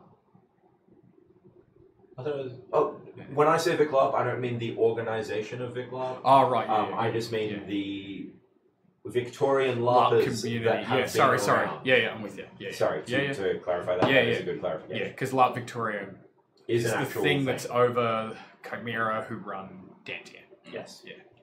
It's meant to be kind of like what the LARP West thing is out in Perth, but it just hasn't got legs yet. But I mean, Blackpadder and Bloodlines is the kind of LARP that I started LARPing for. Like, when I started in New Zealand, that feeling that I got me hooked when I was like 18 years old, I get that same feeling in Blackpadder and Bloodlines, and that's not something I get at Swordcraft. Yeah. Yes, I'd like to see them move towards more of a LARP, but Blackpadder and Bloodlines, and After the Fall, I guess, are the only games in Victoria that have actually given, with the immersive environment, costuming good enough to make me to give me that suspension of disbelief. I think probably I would add to that list Karuna for me. Okay, yeah, no, me too. But I forgot you- about Karuna. Oh, Yeah. How could you? I know. I helped organize it. Yeah, I was gonna say because because you're organising, I could understand why Yeah, you yeah. might not feel that. Yeah, but I do know what you mean. But I did feel it for Swordcraft in the early days before there was even faction sieges, when I was Yeah. still in Van Wyre. And I was telling Gareth this after our LARP organizer stream, that I was still kind of iffy because I was kind of a bully in high school, and it was Really? no one can even actually pretend He's to be shocked when I bald, say that. But anyway, blonde hair, go for- blue eyes, and of German heritage. What do you expect?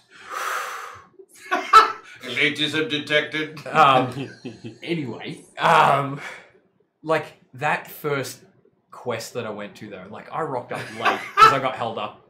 I was playing real sport. Ew. Yeah, I know. No. And One of those people. oh, fuck off, alright? Anyway, and then I was like, alright, now to go and do my nerd activity. Yeah. And I got there late. I got there at 9 or 10 o'clock at night. So pretty much everything had wound up for the Friday afternoon. But everyone was in and around the tavern at Treetops and that. And there was guitars and shit and people drinking and singing. I walked in, I'm like, it's fucking real. It was so real. And this is where my jock just got subsumed by my nerd. I know that's the moment where it just got overtaken. Because at that moment, and then for the rest of the weekend, I had the Lord of the Rings Fellowship of the Ring fanfare just on loop in my head. Every time I took a fucking step, just da-na-na-na-na-na. I'm walking down to the fucking undead camp, for whatever it is the fuck. Oh, when we were sneaking in to steal the vote stones, we're creeping down the creek bed so we don't get seen, and then I'm like, and they're like, shut the fuck up, because I'm just so jazzed. You're in it, yeah. And then I had that for maybe the couple of ones after, but then it took on more of a war game aspect, and that kind of changed my thinking and focus around it too. Plus, I think being a warband leader, Oh yeah, it takes you being out a of it. warband leader takes you away from that, because like an organizer, you're thinking about how your guys can get that feeling. Because Yeah. I don't think Yes. I don't think a warband leader is a warband leader at Swordcraft without. Sorry, not that you aren't. They don't choose to be a warband leader, and they don't seriously pursue it because they generally have felt that passionate feeling that it's fucking real, you Yeah. know?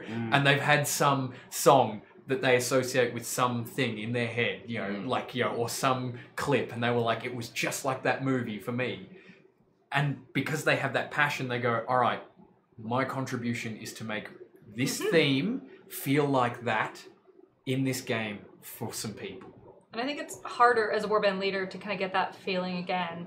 Because I mean, Because you're concerned with giving it to well, other people. I mean, I was sitting down in your in the underworld, smoking some shisha, doing some politics, being the Duchess. Yeah, sorry, she was definitely in the underworld a lot. And you know, I have no idea what you're talking about. yeah, no, that never happened. Spoilers. Chesterwick's gone now. People can know she was evil.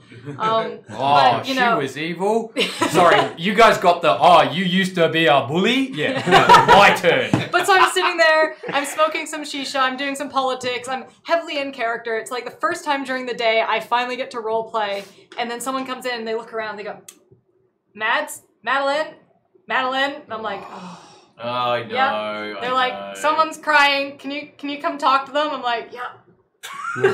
And it's like, and I mean, I wouldn't trade it for anything. Like, I love my group. I love taking care of them, and it's fantastic. And I mean, it is difficult, that quest, because Kieran wasn't there as well, so I was just everyone's mom. Was this Lardner Underworld or No, was this Cryle? this was last quest. Okay, Yeah, so yeah. Lardner Underworld. Yeah. I still remember Sorry, I the- still don't think of it as Lardner. I have Lardner I as, have the like- luxury of. Yeah. I have a bit of a luxury in that particular sense because I am no longer a warband leader, but I'm still somewhat prominent within the community and bringing things to the game. Got tickets on yourself much? I do.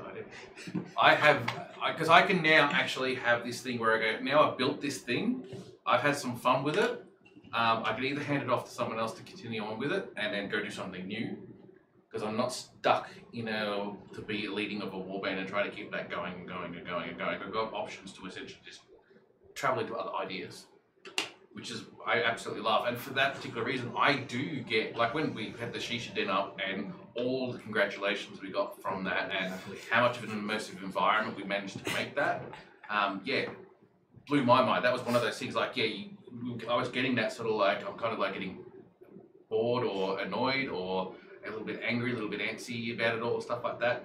Pull this Shisha den together and all the compliments and all the people coming in and people just enjoying the scenario and stuff like that. Just like, what was I even worrying about all this time, But I have that luxury because I can kind of do that. Mm-hmm. So yeah, as a warband leader, absolutely, you're going to probably struggle in that particular area. But my suggestion might be to actually mix it up maybe and change the way you do things every so often. I think Oh, as a that's why I warband leader- changed the whole structure of my warband. I think as that a reason. warband leader, though, you can find moments where you do feel it.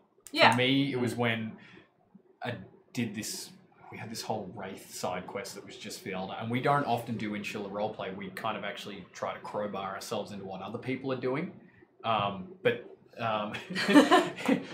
it's more fun for us to like swing our dicks and and be like, "Yo, what up?" Yikes. Yeah, we're here now. Not literally. It's I've got to answer Anyway, but I've got to answer Siren's question about because she came up with the cough in Las Granadas Shisha Embassy, which I think I remember that quest, and I think one of the problems that I noticed with that one, because you guys did bring absolutely, that was back in one of the Baffican, sorry, that's the word, when they brought their thing into the main town, and it was one of the best places I'd seen. It was really popular. It was really popular too. There was a couple of problems with it. One, once it was seen, it should have been pushed and backed by the organisers of Soulcraft itself to sort of get that to come out and solve some of the problems that occurred last time. Because what happened is that people started treating it as a place to crash when they were drunk at 2 o'clock in the morning.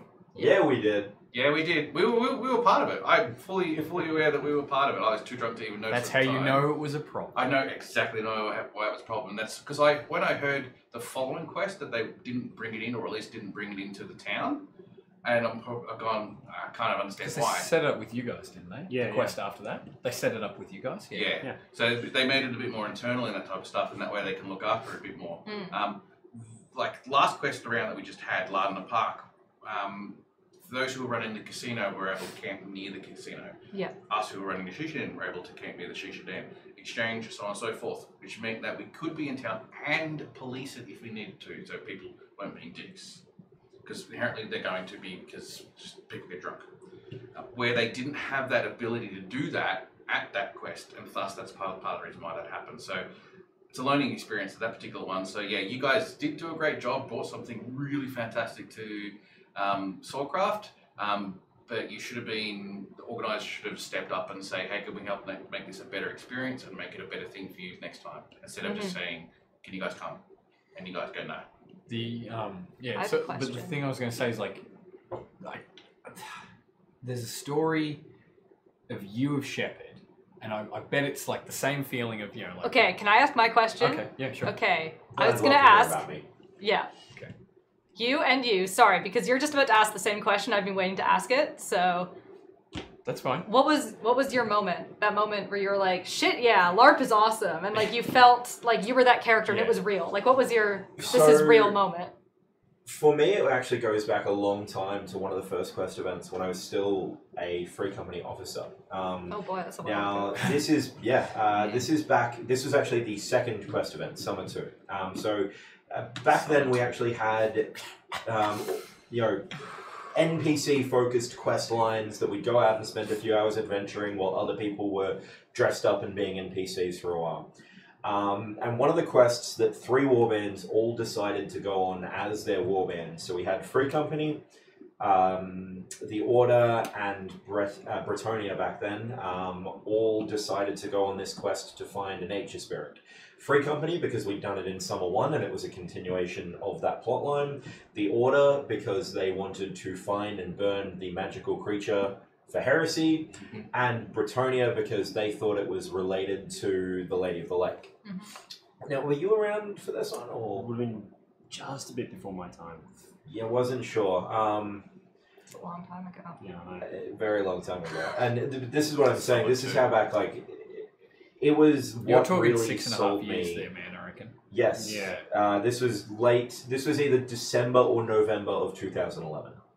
Yeah. That's Yeah. even before my time. It would Yeah. have been like 6 months before I started. No, it would have been January. It was 2 because it was always I summer. thought it was November, December, January. No, it started. Oh my But you were looking for the spirit. Yes. Yeah, Yeah. so we got looking for the spirit, and what happened was, in effect, we all got terrified of the Order, because when they actually started saying, no, we're going to kill this spirit, the look of intensity in their eyes as they portrayed that was shockingly sincere.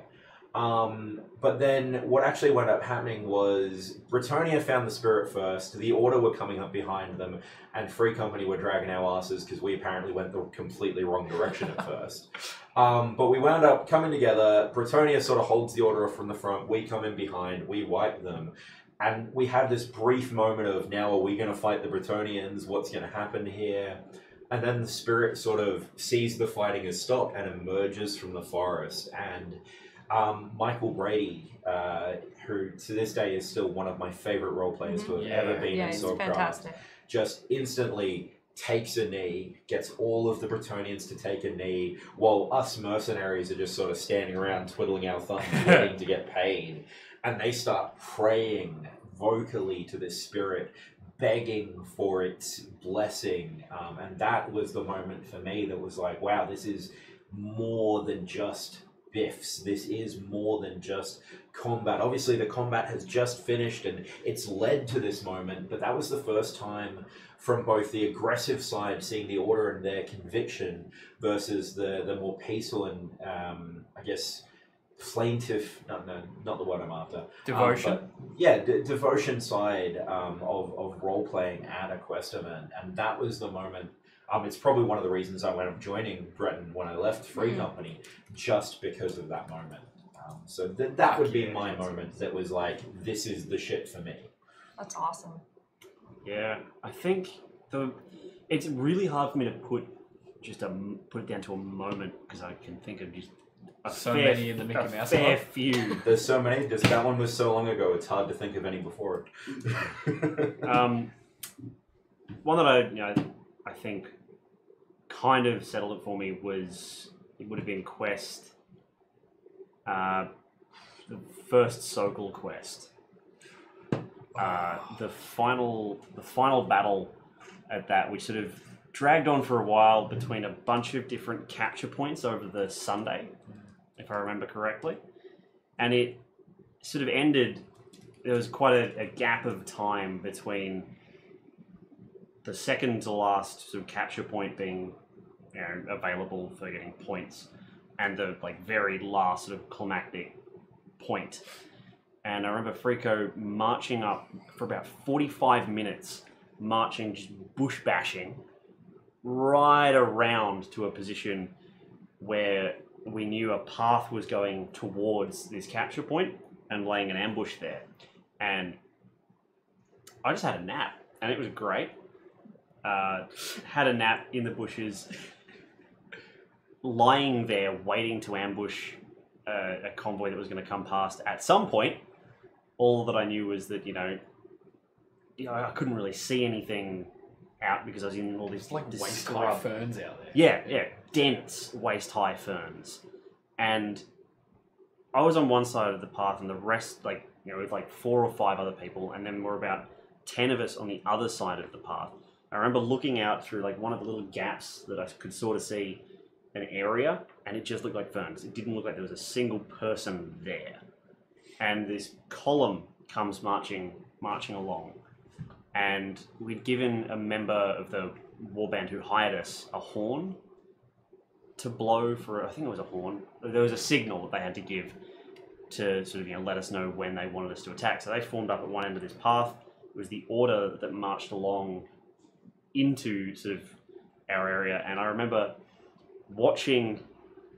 hearing this sort of, footsteps, and then this sound, and then watching just this area of what was just ferns suddenly turn into 10 people armed to the teeth, covered in armor, and throwing javelins down a hill at people, and then sprinting down that hill and charging them, and then me and the people on my side also got up and were just into the fight. And that was just one of those moments where it was just sort of really built up to it. I think that was it. That would have been the moment where I was like, yeah. As somebody from that column, that was impressive from the other side as well. Yeah, it was really cool. And then that whole fight ended up watching Tony cut his way through people with that rune weapon, and there was the rock golem. Oh. You guys remember the rock Yeah, it golem? came out of nowhere. Where did the rock golem It just come walked, from? it just appeared, and it was just like, Queensland, I think. Yeah, I got punched by it. Yeah. It was just just rolled in. I think that was one of the People. old organisers of one of the Queensland laps who flew that down for Quest. Awesome. If I'm not mistaken. It was really Because it really cool. It snuck up on everyone, and it was taking 0 prisoners from either side. Oh no, it was its own. It was a force. Yeah, it was on for young and Warren. old. What was it? Warren. Heroes Odyssey in Queensland. Is Yes. Where that came from. Okay. Well, thank you to him because that was And that was, I think, the first impressive, epic creature that we sort of saw at the sort of draft event as well. Because I see that still in my head very clearly, and it was good. It was a convincing creature. It didn't look shit all over particularly my human. Ent costume. No, your Ent costume was beautiful. Actually, you're talking I'll about retract the that rock because I golem forgot being a that good creature. was Yeah. before Circle. That's There why were I some know good you ones guys and are good young. ones. Young laughers. The Beastmen looked good. The Ent costume was kind of. I didn't say the Ant one. I Okay, said good. Some of them. The problem with the Ent one is that when that was first built, the very first time it was built, when I saw it, which is back in the days when we were running Floss was Guild was being run. Yes. When it had the full costume and everything went with it. Yeah. Absolutely I fantastic. got shown a photo of what it used to look like, and then when I got it, they were like, "Yeah, it hasn't been stored that well." I'm like, Yeah. So yeah, it's a good example of. I still have a piece of the finger. Do you? Yeah, it broke off, and I said to Nelson, and I hate I was that. Do like, you have the Umber Hulk ones? "The what? The Umber Hulk costume. Umber Hulk? I know, Oh, man. the big insect one. The big. Oh no. Yeah, we had I some never really saw good that costumes. one. Like, there's photos of me back in the Philosophers Guild day where when I was basically dressed up in what they were calling back in those days my prom dress, which was essentially a back end of a spider. I was playing a droider Yeah. with it had the white wig and stuff like that, black clothing on, and it had essentially the thorax or the back part of a spider attached to me on the back. Really hard to do combat in because you can't feel any hits for starters, so you don't know how many hits you're getting copying at the back for starters. But yeah, absolutely fantastic costuming. That Dave, who was one of the people who ran that thing, had brilliant costumes that came out of that one. Nice. Treant being one of them, bug flying creatures with really cool eyes and stuff like that. He has some really good stuff for the lowest budget you could possibly think of. I was gonna ask because as we've all been warband leaders, there's always for a warband leader a moment where they get that feeling back though. And for me, and that's what I was gonna say before, it was the Wraith. and the last part of the Wraith you let us do in the Underworld. And I thank you a lot for that, because that resolved a very tense story that meant a lot to a lot of the Eldar. And I think that's partly why it felt so much to me. And I remember you telling me a story, Nathan, about like your second quest or something as Shepherd.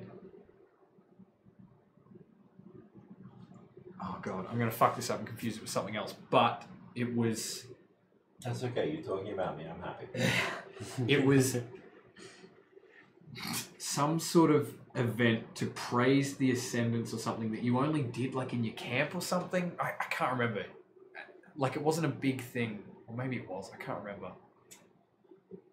But you like basically when you were telling that story, it was the same way that like when you were telling your Spirit of the Forest story just now. Like you had that same sort of thing going on.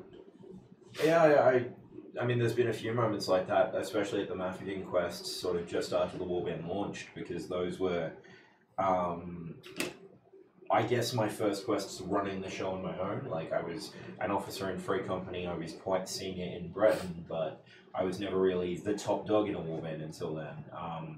I definitely think, like, if I could pick one moment for, like, that really... for me, made me grateful for being a warband leader. Is that what you're trying to... No, I mean, like, where you get that, like, this is fucking real feeling again as a warband leader, because it's hard to get that as a warband leader. I just go to New Labs. I mean, I honestly... I go to Italy and go bury myself in a mountain. I mean, I did get that when I went to Drakenfest. Yeah, I think I have one of those moments at every quest.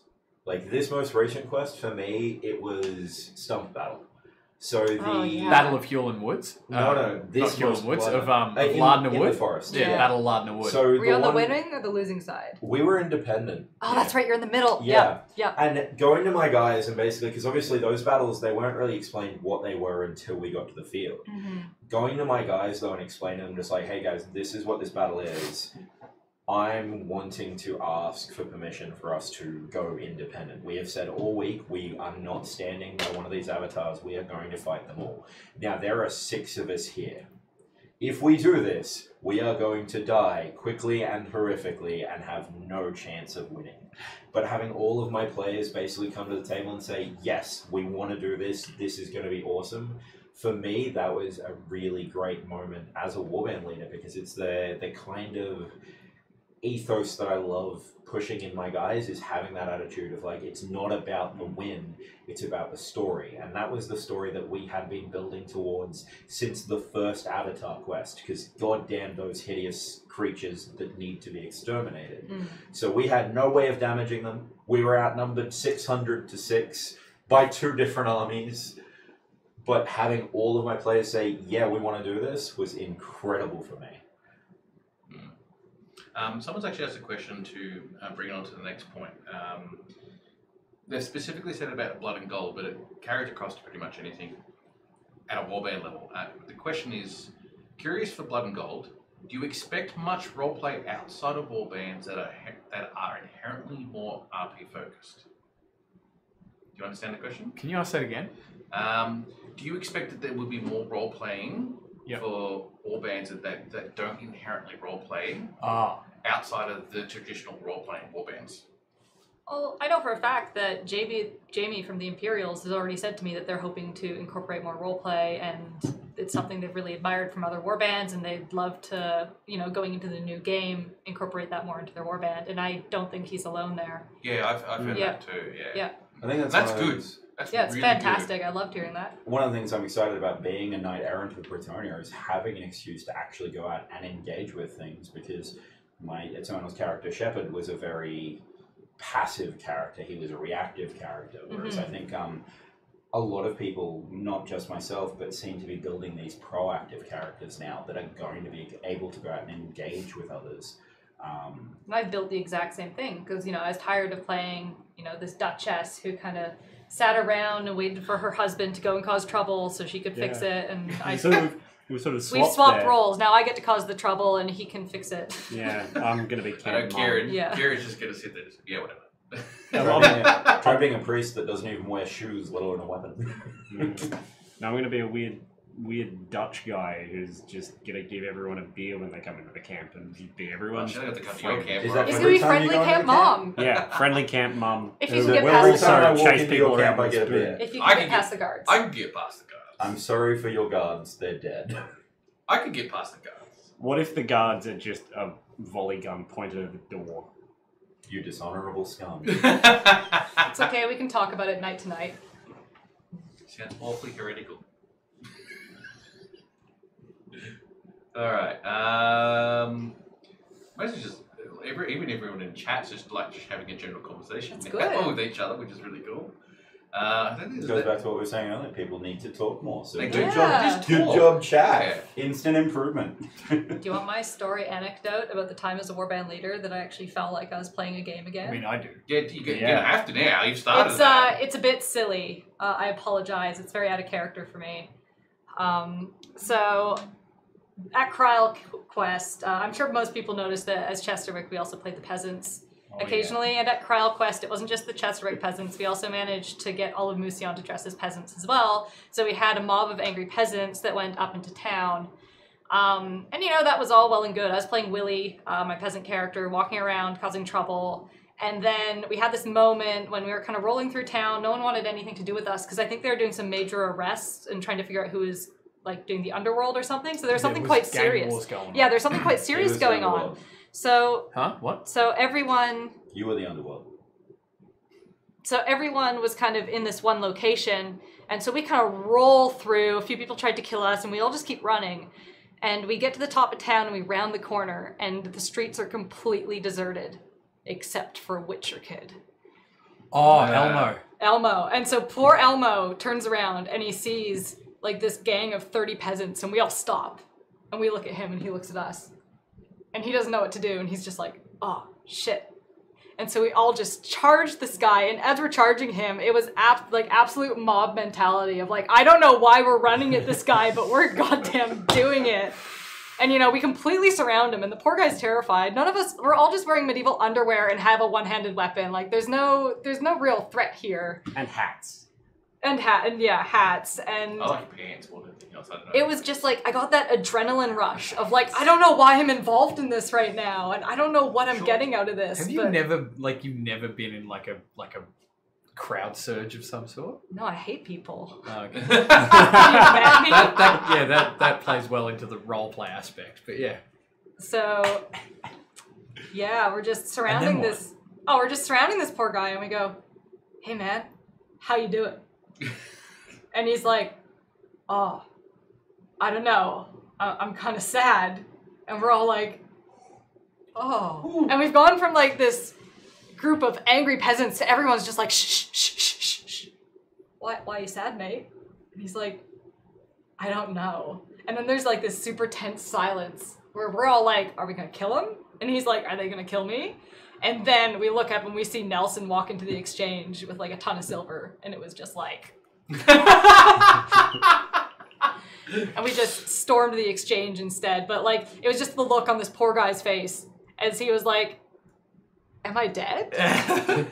And it was seeing that look on his face, and like you can kind of see that slight break of character of panic. Yeah. That's when you're like, oh yeah. yeah. One of those moments where When you you're get just, that real moment from someone when they realize what the fuck have I just gotten into. yeah. Yeah. And we realized too, we were just like, why are we doing this? Yeah.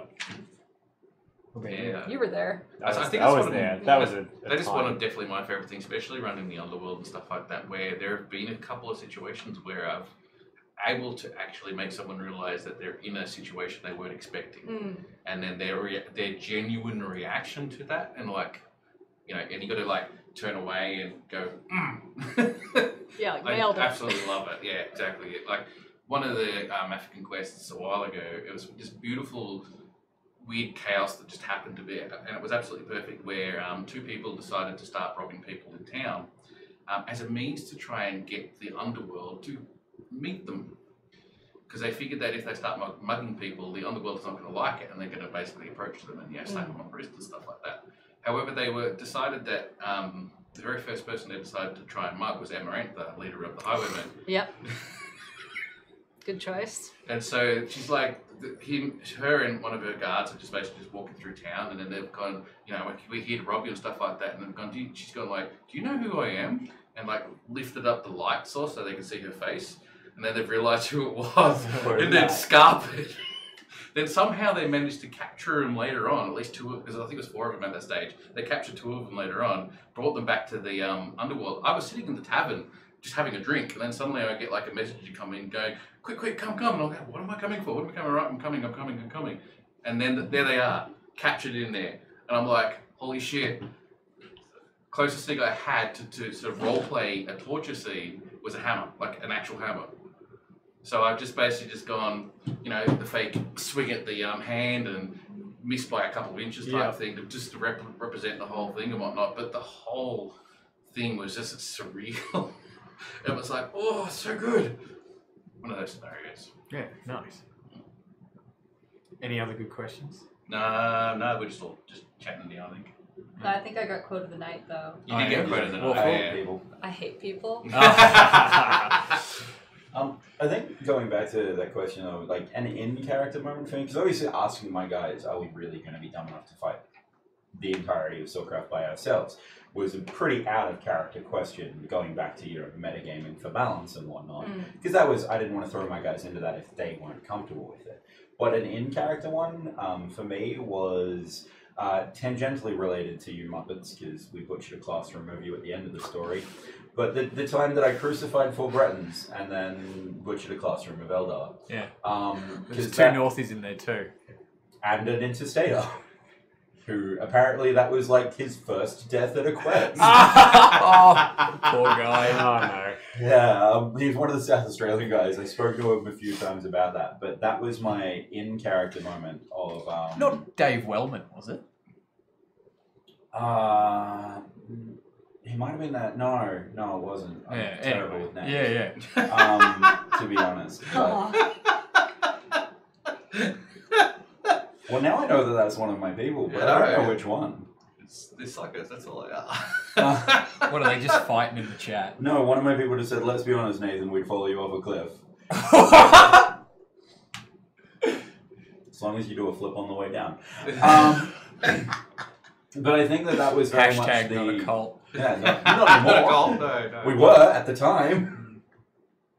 Because I definitely think that was the moment. I'm not going to go into the story now because I don't think we have that much time left, because it is a bit of a lengthy one. But that was the time that I most felt like in tune, not just with the character, but being a warband leader and leading this essentially cult of ascension of self-improvement amongst my people.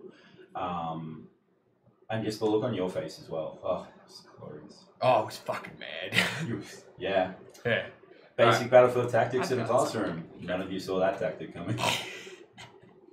Quote of the night, not a cult. Something I just wanted to say is if you're listening to us talk about these great in-character experiences and you're kind of going, hey, that hasn't happened to me yet, I haven't had that moment, the only advice I can really give is to support the events in your community that are looking to give you that experience. And so obviously, you know, Swordcraft, Exodus, these games, they're a good place for it. But you'll actually find, for example, Charlie K is running a smaller kind of Nordic LARP-inspired game in a few weeks that's kind of meant to facilitate roleplay and help people kind of bridge that gap between a battle game and a roleplay. So when you see people in your community running these events, you do have to support them, because that's the only way we're going to... I mean, people are in the chat, they're talking about bridging the gap, and really that is the answer, is the community helping the community. And so those events are a way to do it. Yeah. I'm not going to... I mean, obviously that event is just for the 4 warbands that...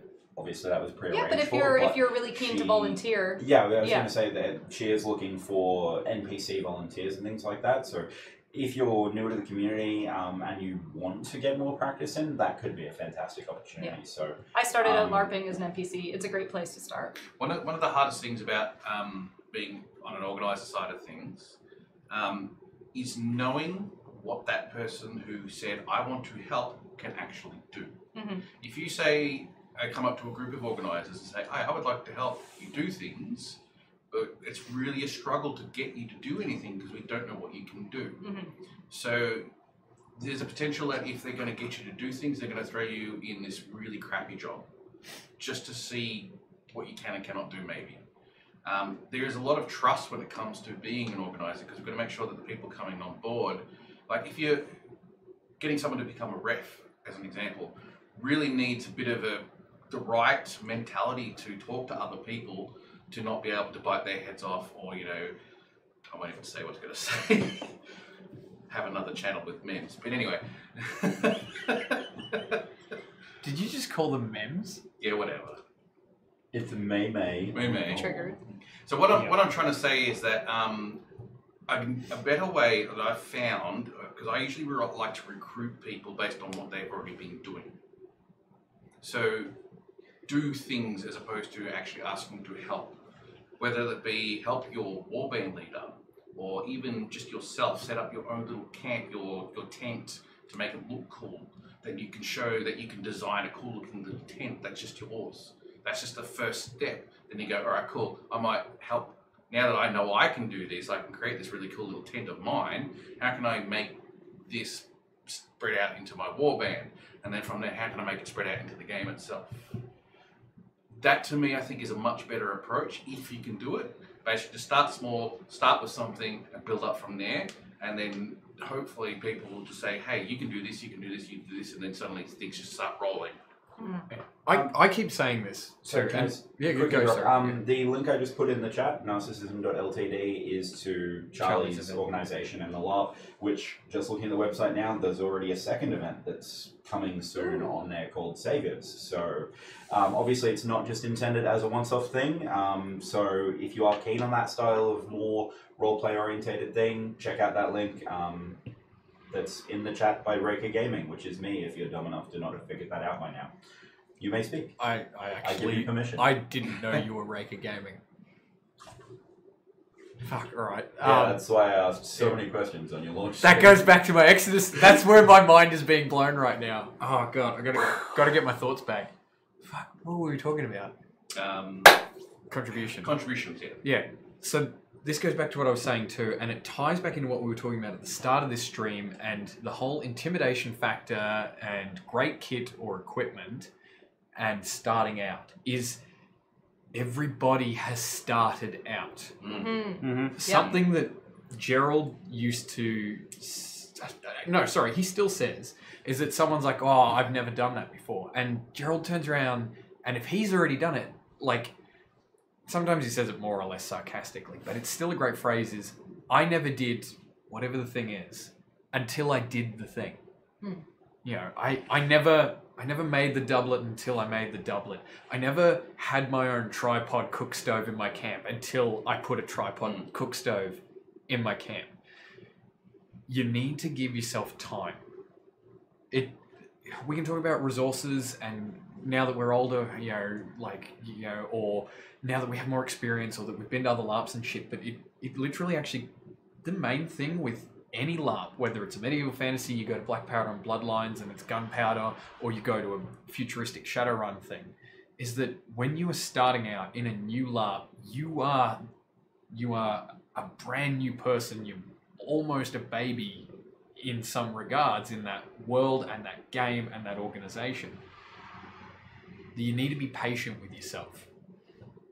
You didn't just pop out and start running.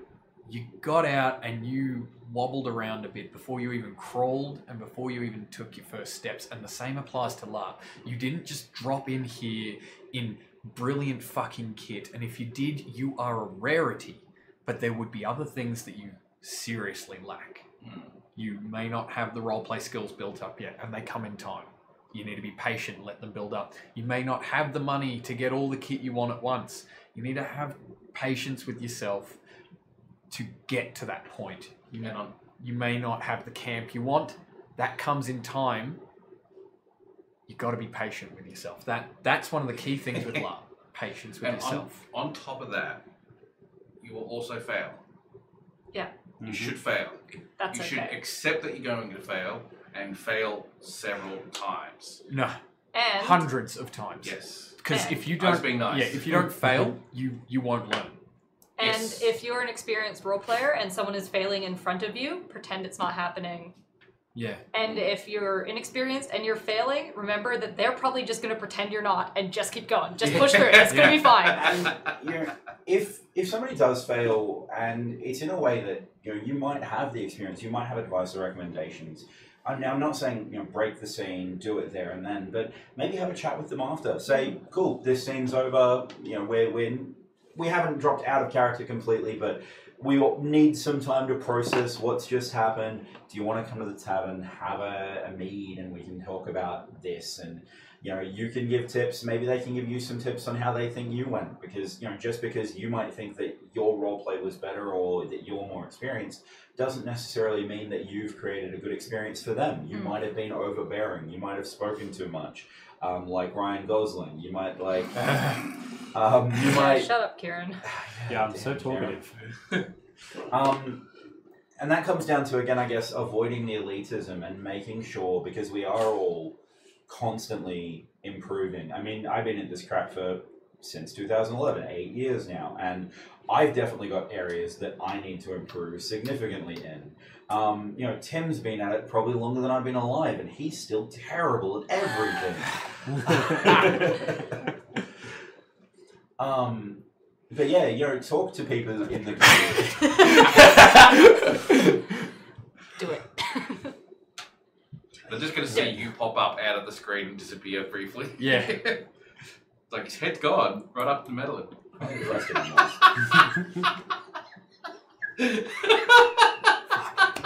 Yeah, Madeline's not real. It's like Sesame Street. Yeah, it is like Sesame. Yeah. And Kieran's actually controlling Nathan. All right. Couple of things. Make 'cause sure it you is- wash your hands. It is 10 o'clock. Very We don't good. actually have all that many questions left. There was one question that someone put in, which was related specifically to Exodus, again, which basically has come down to the point of they really want some more information in a live stream about Exodus at some point. In a live stream. I reckon so. Is that what they asked, or is that what you're That's asking? what I that's believe what the I'm exact suggesting. words were That's what I'm brother suggesting. package. I want the lure. Sorry, what does it say? Lure. It's not the first one that's been asked, but there's that one from Little Hammer Boy, and I think I've seen Fuck is Little 3 Hammer people Boy? Say it, asking Kieran. for. Where is it? Brew the package. Brew the When package. when we have the lore. Oh, that's the fucking Luke's The cat. The meme. Luke Yes. is the Yeah, cat. yes. Yeah. Whoever that is knows that is like one of my all-time favorites. Oh, it's one of my favorites too. Yeah, the Oh. cat just being like, but Brother, my favorite give one me is the like where they loops. got the triggered warning label underneath, and they just made it like loops, and they like make the cat shaky, and it's Deep just like fried it, yeah? loop, yeah, deep Yeah. fried, yeah, and like every time there's like a thing, that like, Yeah. especially if it's food, and I'm like really wanting it because my Loops. diet's super strict right now. I just slap myself, like just go loops, and they're like, what? I'm like, give me that food. So for reference, So whoever that was, you know me. and for reference, that was the 3rd time it was asked since we started talking about this. Little the Hammer entire Boy. screen is now people asking for lore. For lore. Yeah. Yes. Yes. What I can say is last night I met with a key member of the story team, finalised some details, and we Please, sir, may we have some Yeah, more please, lore? sir, may we have some lore? Lore? Are you mad? In a battle game? No. We have a key document that is coming out very, very soon. There Is this soon like we look forward to announcing soon next day? It might be, mostly because I have left it up to her discretion. Package Judge Dredd. He is the law. God damn. Now I get to see my face on Sylvester Stallone's body and feel even more inadequate. Yeah, it's It's true. been my whole life. You want to look like Sylvester Stallone's body?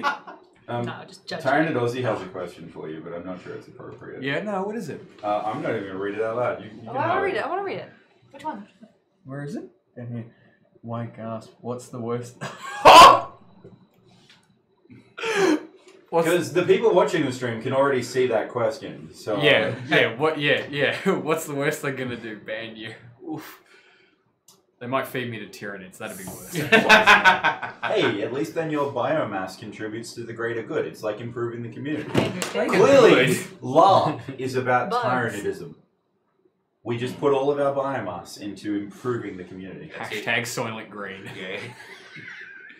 So the question we're going to discuss whether we, because now we're moving this to a monthly thing, so we're not doing it every Tuesday night.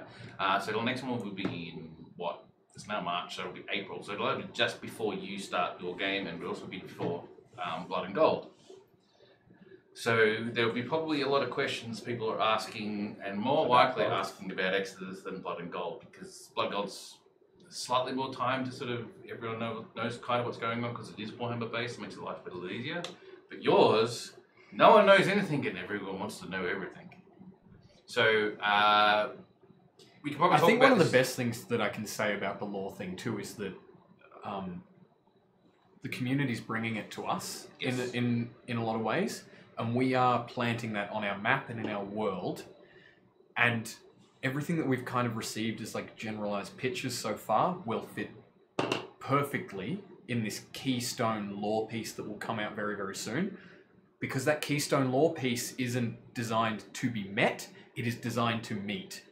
Yes. So we're designing this so that way it accommodates, not is accommodated. So it's, you can almost write what you want. Yeah. Bring what you want. It is essentially what Soulcraft was before they changed to Blood and Gold. Just with a bit more of putting it all together in a better jigsaw fitting. Can I gotta be completely honest. I have been waiting since the stream that we did announcing Exodus for someone to be like, package announces Swordcraft 2. Because that's the perfect roast right there. Just saying. You're banned. Hey? You're banned again. Exodus, for? Electric Boogaloo. Yeah, like, exactly. Yeah. Anyway. Yes, if you're going to release your document probably earlier, I was like saying next month that we could talk more about the law, but if you're going to release the document earlier than that, then don't do that. Yeah.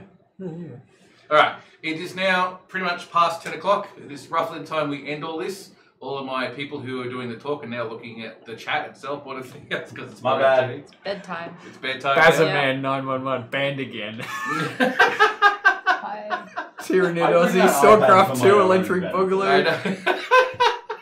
These are great. Newer, better, faster. Tyranid Aussie, high package, acknowledge me, senpai.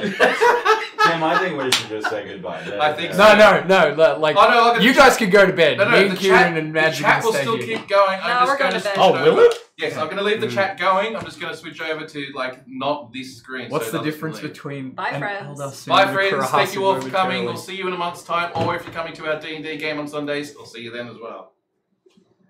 No, I haven't even put the transition screen in properly. You broke it.